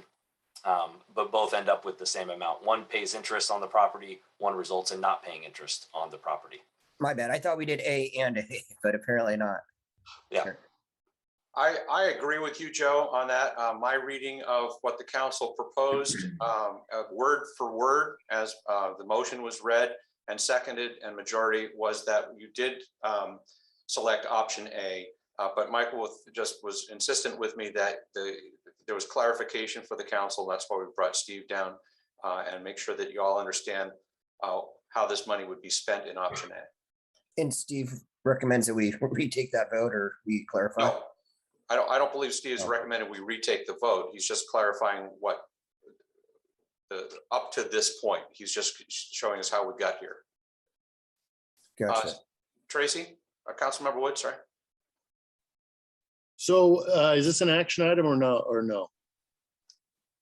Yes. Okay, that's what I thought you were saying. And with that, I move we approve Resolution 621 to receive and utilize the American Rescue Plan Act funds to invest in infrastructure, public safety, and COVID-19 mitigation efforts as authorized by the U.S. Treasury Department and specified in Appendix A, Option A. That sound right? I'm sorry, Joe, was that a second? Seconded by Councilmember DePino. Any further questions? All in favor? Aye. Aye. Any opposed? No. Motion carries. We will go forward with that, and next year's council will be looking at spending that extra money, as well as looking forward to the resolution of that 640 and what that can do for the city of Yelm. Fantastic. Mr. DiGiulio, thank you so much for taking the time to come down and for all your work with the city of Yelm on this project. It was a long process, and I also want to call out thanks to Grant Beck for his work on this project over the years. He really did help us move this along, and to Michael Graham, who helped me understand this along the way. So thank you, council, and we will move on with our agenda. Thank you, council. Thank you, Mr. Mayor. Thank you. Thanks, Steve. Okay. And now we're at the point in the meeting where we do department head updates and then a council member update. So Michael? Perfect. And thank you, council, for indulging us with the clarifying vote. We just wanted to be extra clear on what we were doing, which option we were taking as we move forward, because it's an important utilization of funds that exist, and it's going to be a good return on investment for the community. So thank you, council, for reconfirming that. The only updates I have as we wrap up and go into the holidays here and wrap up the year, I just want to give you a preview of what's ahead on our agendas. The mayor's talked about the clean audit, and you discussed that at the last meeting. I'm sure he's going to talk about that again. So I'll leave that in his hands. But at the December 7th study session, that's when we're going to bring back the legislative agenda. I've asked Representative Barkas and Representative Wilcox to join us. So not only can council, you deliberate and decide on the legislative agenda that we drafted up and the other options that you solicited after the fact, but you can also get a legislative preview of what's going to happen in the legislative session from our delegation in the House. So that will be on the docket for December 7th. We will have the Mossman Avenue Phase 2 contract. We'll go over that just so that you can take action on that at your next meeting on the 14th. We're also going to have an overview of the water system plan, which is really important. Cody and the public services team have been doing great work with the water system plan. It has a direct nexus to water rights and is very important. And he's been digging into that. And so we'll give a full overview to the council so you have that understanding as that process moves forward as well. So stay tuned for that on December 7th. And then on December 14th, that's scheduled to be our last meeting of the year. We will have the mid-biennium budget update and the ordinance before you that you've been considering and deliberating on. Terry, I owe you a spreadsheet so that you can put in your beautification proposal. I will get that to you. And if I don't tonight, I will get that to you tomorrow. Then we'll have the action that you will have just studied and deliberated on at the study session on the Mossman Avenue contract. We'll have a downtown well house contract, and then the WRF engineering amendment. And so that'll all be on December 14th. That should wrap us up for the year with the required mid-biennium update on the budget. As we kick off the new year, just to give you a preview of what's ahead, we have council has to determine the committee assignments. So that will be up first. The other things, we'll have the new council member swearing in. That will be an important thing to do. The election of the mayor pro tem. And then we have planned just a series of Yelm 101. Kathy Linnemeyer has been working with some of you on basically creating a packet, an information packet. AWC does a great job putting information together. Kathy's been taking that to the next step, as some of you have requested, to put together a briefing packet for new council members as they come in. So Kathy will give that to all the council members in January. And then just sticking with our cadence of providing information and study sessions. Obviously, all of this can change at the purview of our elected officials, but what we were thinking is having a regular cadence of the study sessions of department presentations, first and foremost, giving you the update on what the finance department does, getting into some of the questions that Councilmember Blair had asked today about the different funds, the budgeting, how all that works, because that ties together to the full operation of the city. And then getting into some of the major revenue sources, which is through our public services department with Public Works, and then some of our biggest expenses and most important investments with public safety, because that's the paramount duty of the city, and then flowing out there into other departments going forward. So after we take on those initial kind of housekeeping items, swearing in, council committee assignments, the deputy mayor assignment, then the plan is at least a regular cadence of department updates every month, just to help the new council members get up to speed. So that's the initial plan. Again, just a recommendation, all at your purview for how you want to go forward. But that's the horizon, and wish you all a wonderful Thanksgiving. Any questions for Michael? All right, thank you. We'll go on to council member reports, and we'll start with council member Blair. Unfortunately, I don't have a whole lot. The only meeting that happened the last couple of weeks was yesterday at the finance, and like I said earlier, I was stuck busy yesterday. SWAC, I don't expect another meeting until probably mid-January. I don't have a whole lot for everyone. But hope everyone has a great Thanksgiving. And even though, like, just moving on into next month and forward, even though a lot of us, like, we disagree on some things every now and then, I will say I appreciate the way that everyone typically at least is civil about it. Thank you.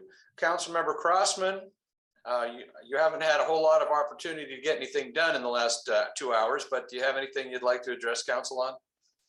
Well, I did go with EJ took me along to Thurston County Fire to get my feet wet. So that was, not too long ago.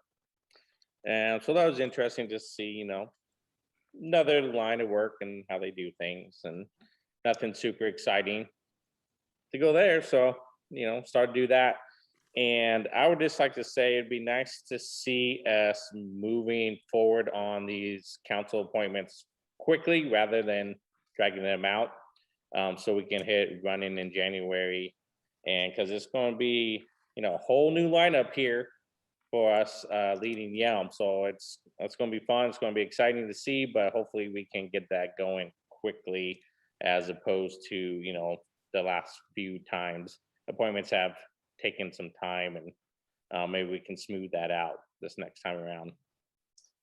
Would be happy to add that to the study session of December 7th for the council to discuss what path the group wants to take forward. We don't take action at study sessions typically, although you'll take one in January at your study session to swear people in. But if you'd like, we'll put that on the study session for December 7th, and you can discuss how you would like to address the recent vacancy of position 1. Councilmember Smith? I don't have much either. I went to the water tower ribbon cutting. That was fun. It was really pretty. And I also just wanted to say I'm really grateful for that LID presentation tonight, because, as a new member, it's like I kind of had the basics, but he really broke it down and was really kind of Big Bird style. So I really appreciated that. So That's all I got. Yeah, we've had Steve come to talk to the council at executive sessions about things before, including this project, which really gave a lot of clarity. He's really good at what he does. So maybe you'll hear from him again in the future. Thanks. Councilmember Pino. Councilmember Wood first. Oh, did I do? Yep, sorry about that. Tracy, I don't know what it, I owe you a beer, buddy. Hey, that's okay. I'm not in a hurry. Hey, I attended the ribbon cutting ceremony of the water tower, and I got to tell you, I'm really pleased with the way that turned out. I was probably one of the bigger skeptics that it was going to, I guess I couldn't see the vision, but now that it's done, wow, we've really got something neat in our community that I think a lot of the other communities are going to be really jealous about when the ones that haven't seen it yet, when they do find out what we have. I think that there's a good chance these might start popping up all over the place. But other than that, happy Thanksgiving, everyone. Thank you. Councilmember DePino. Thank you, Mayor. Fairly busy the last couple of weeks. I attended the Veterans Day ceremony hosted by the VFW and the American Legion. I joined the mayor and I forget who else was on there. I'm sorry for the exit audit. I'm sure the mayor is going to be chatting about that, so I won't get into it. I was asked to attend a study meeting last Friday, which I did, and it was good. And I appreciate the invite, and it was good seeing everybody again. I used to be on that committee for a while, and it was good seeing everyone. Just made sure that they knew the city of Yelm was definitely committed to that South County Alliance in partnerships for all these South County cities. I had a meeting earlier today with the Chamber of Commerce, the Yelm Chamber of Commerce. Met with a constituent regarding her property last week, try to help her with an issue, and then attended the water tower ceremony as well. It was very cool. And yeah, happy Thanksgiving, everyone. Go Hawks.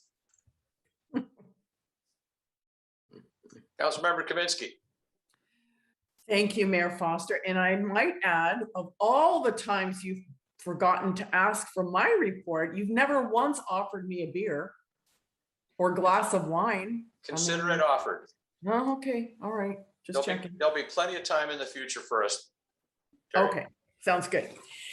So this is the time of year when a lot of meetings are canceled. So I did not have Thurston Thrives. I didn't have the Nisqually River Council. I did attend the Finance Committee meeting, which we discussed, what Stephanie brought up today at length. So that was good. Yesterday, I spent the day at the community center with the Gift of Gobble Bounty for Families, packaging organic meals for 100 families and handing out the turkeys to very appreciative people in our community. So that was just a very warm-hearted day.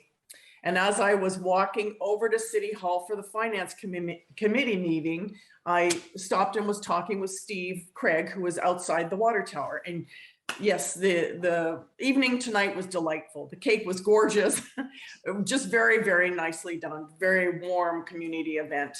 But of note, he reminded me, because I kind of forgot, but very smartly, he included in the grant for the restructuring of the tower some extra money to put I might add, a beautiful fence around the tower. So what used to be chain link and what do you call that stuff with the barbs on it? Barbed wire. Instead of that, we have a beautiful wrought iron fence.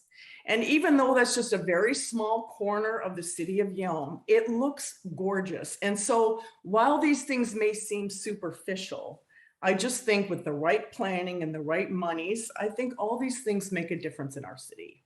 So it was a beautiful event, and that's my report. Happy Thanksgiving. It was a great event. So for me, back on the 10th, Congresswoman Marilyn Strickland had a teleconference on Veterans Affairs. She being a daughter of a veteran herself, she's a member of the House Armed Services Committee. And so veterans are very important to her. She's a member of the Hill Vets Ambassador Program, which serves to provide perhaps a second career for veterans through policy fellowship program that gets them perhaps started on that career. She reminded us that we have about 550,000 veterans that live in Washington State, and I'll mention a more local organization that's working to serve those veterans here in a moment. On the 10th, attended the audit exit interview as mentioned.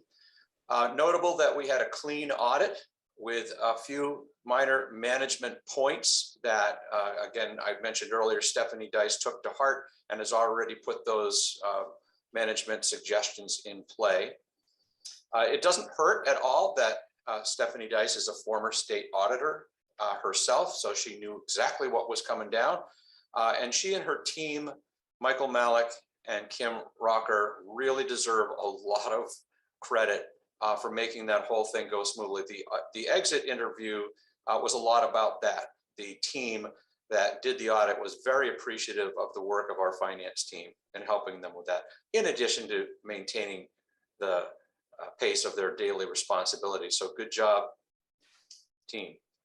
Also on the 10th, the Thurston County Chamber had a great presentation by former Governor Gregoire in her current role as CEO of Challenge Seattle, which is bringing actual solutions to the chronic homelessness problem up in Seattle.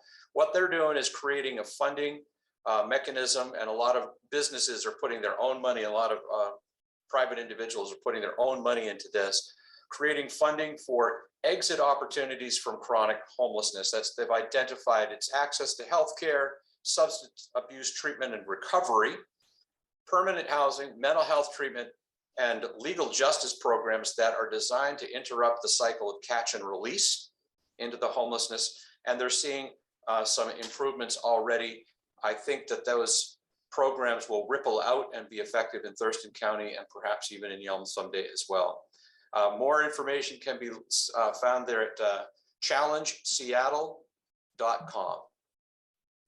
On the 17th, I attended the Veterans Hub reopening in Lacey. That incredible project has been going on for several years, but they were able to get some money to refurbish it. Dozens of volunteers serving hundreds of veterans throughout the county. We have several thousand veterans who live right here in Thurston County, and the Lacey Veterans Hub provides them with services that they would have trouble getting elsewhere, including many residents from Yelm, who we get them up there to the Veterans Hub for their benefits, the medical benefits, housing, employment opportunities, and so forth. More information can be found by calling the Veterans Hub at 360-456-3850 or going to the City of Lacey's website for more information. On the 17th, busy day, also had the end of year wrap up with the community garden partners. Super proud of that. It took years of getting the conversation going, getting the right partners in. Huge shout out to Thurston Conservation District, the Bounty for Families folks right here in Yelm, Grub, and many volunteers who made the community garden successful. It's really well appreciated by families. And in fact, there's still stuff that you can pick over there if you need an extra piece of salad for your Thanksgiving meal. On the 18th, we had a ribbon cutting for yet another new business. And it just amazes me that even during these challenging times, we have entrepreneurs who want to start a new business. And Nisha over there at Buttons Soap across the First Street from City Park, really nice, interesting product, fun little store right next to Innovations. I can't remember the name of the art studio, doggone it. Andrew's gonna be mad at me. Inspired, something like that. Ingenious. Thank you, Terry. Ingenious, which is an ingenious name. that whole strip, big shout out to Jim and Cheryl Slopak too for brightening up that building with new paint and so forth. And of course, the art wall on the back. It's really starting to be a focal point for small businesses in Yelm. And speaking of small businesses in Yelm, don't forget that Saturday is Small Business Saturday and a great opportunity for you to get your Christmas shopping locally at some of our great stores. Of course, on the 20th, I joined about 1,000 people at the Marysville Pilchuck versus Tornadoes game at our home stadium. And if you haven't seen that stadium and the AstroTurf and the lighting, it's just fantastic. Great opportunity. Our Tornadoes went 10-0 in the regular season, 6-0 in league, and they made it 2 tiers up into the playoffs, and then just ran into a really hard running team from Marysville. But I want to give a shout out specifically to Mr. Andrew Mole who has been running the youth football program here in Yelm for the past 15 years. And it's because of that cooperation between the youth football program and the high school coaches that these young athletes come up ready to go. They already know a lot of the signals and the plays that the high school teams use. And it's why we've developed such a good football program. So Andrew's handing off the program to another volunteer this year, but he's still going to be actively involved. His big thing is he bought a hand crank siren that he cranks up every time the Tornadoes got a touchdown.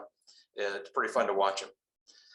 So this past Sunday on the 21st, we had the Olympia Chamber Orchestra came out, directed by Nick Carlson. There were 32 excellent musicians who came from Olympia just to play in our beautiful community center. They love playing there. It's their third time out here.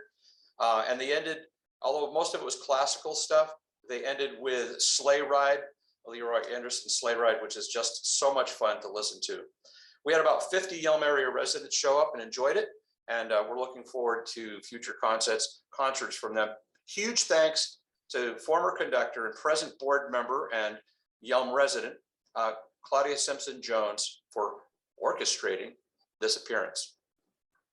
And so with that, I join the rest of you in wishing you all a very happy Thanksgiving, the best holiday of the year. And I think we reserve this special moment for new council member Crossman to make a motion. I move that we adjourn. Second. All in favor? Aye. All right. Thank Aye. you, staff, for your support on the meeting tonight. We'll see you all next month. Take care, everyone.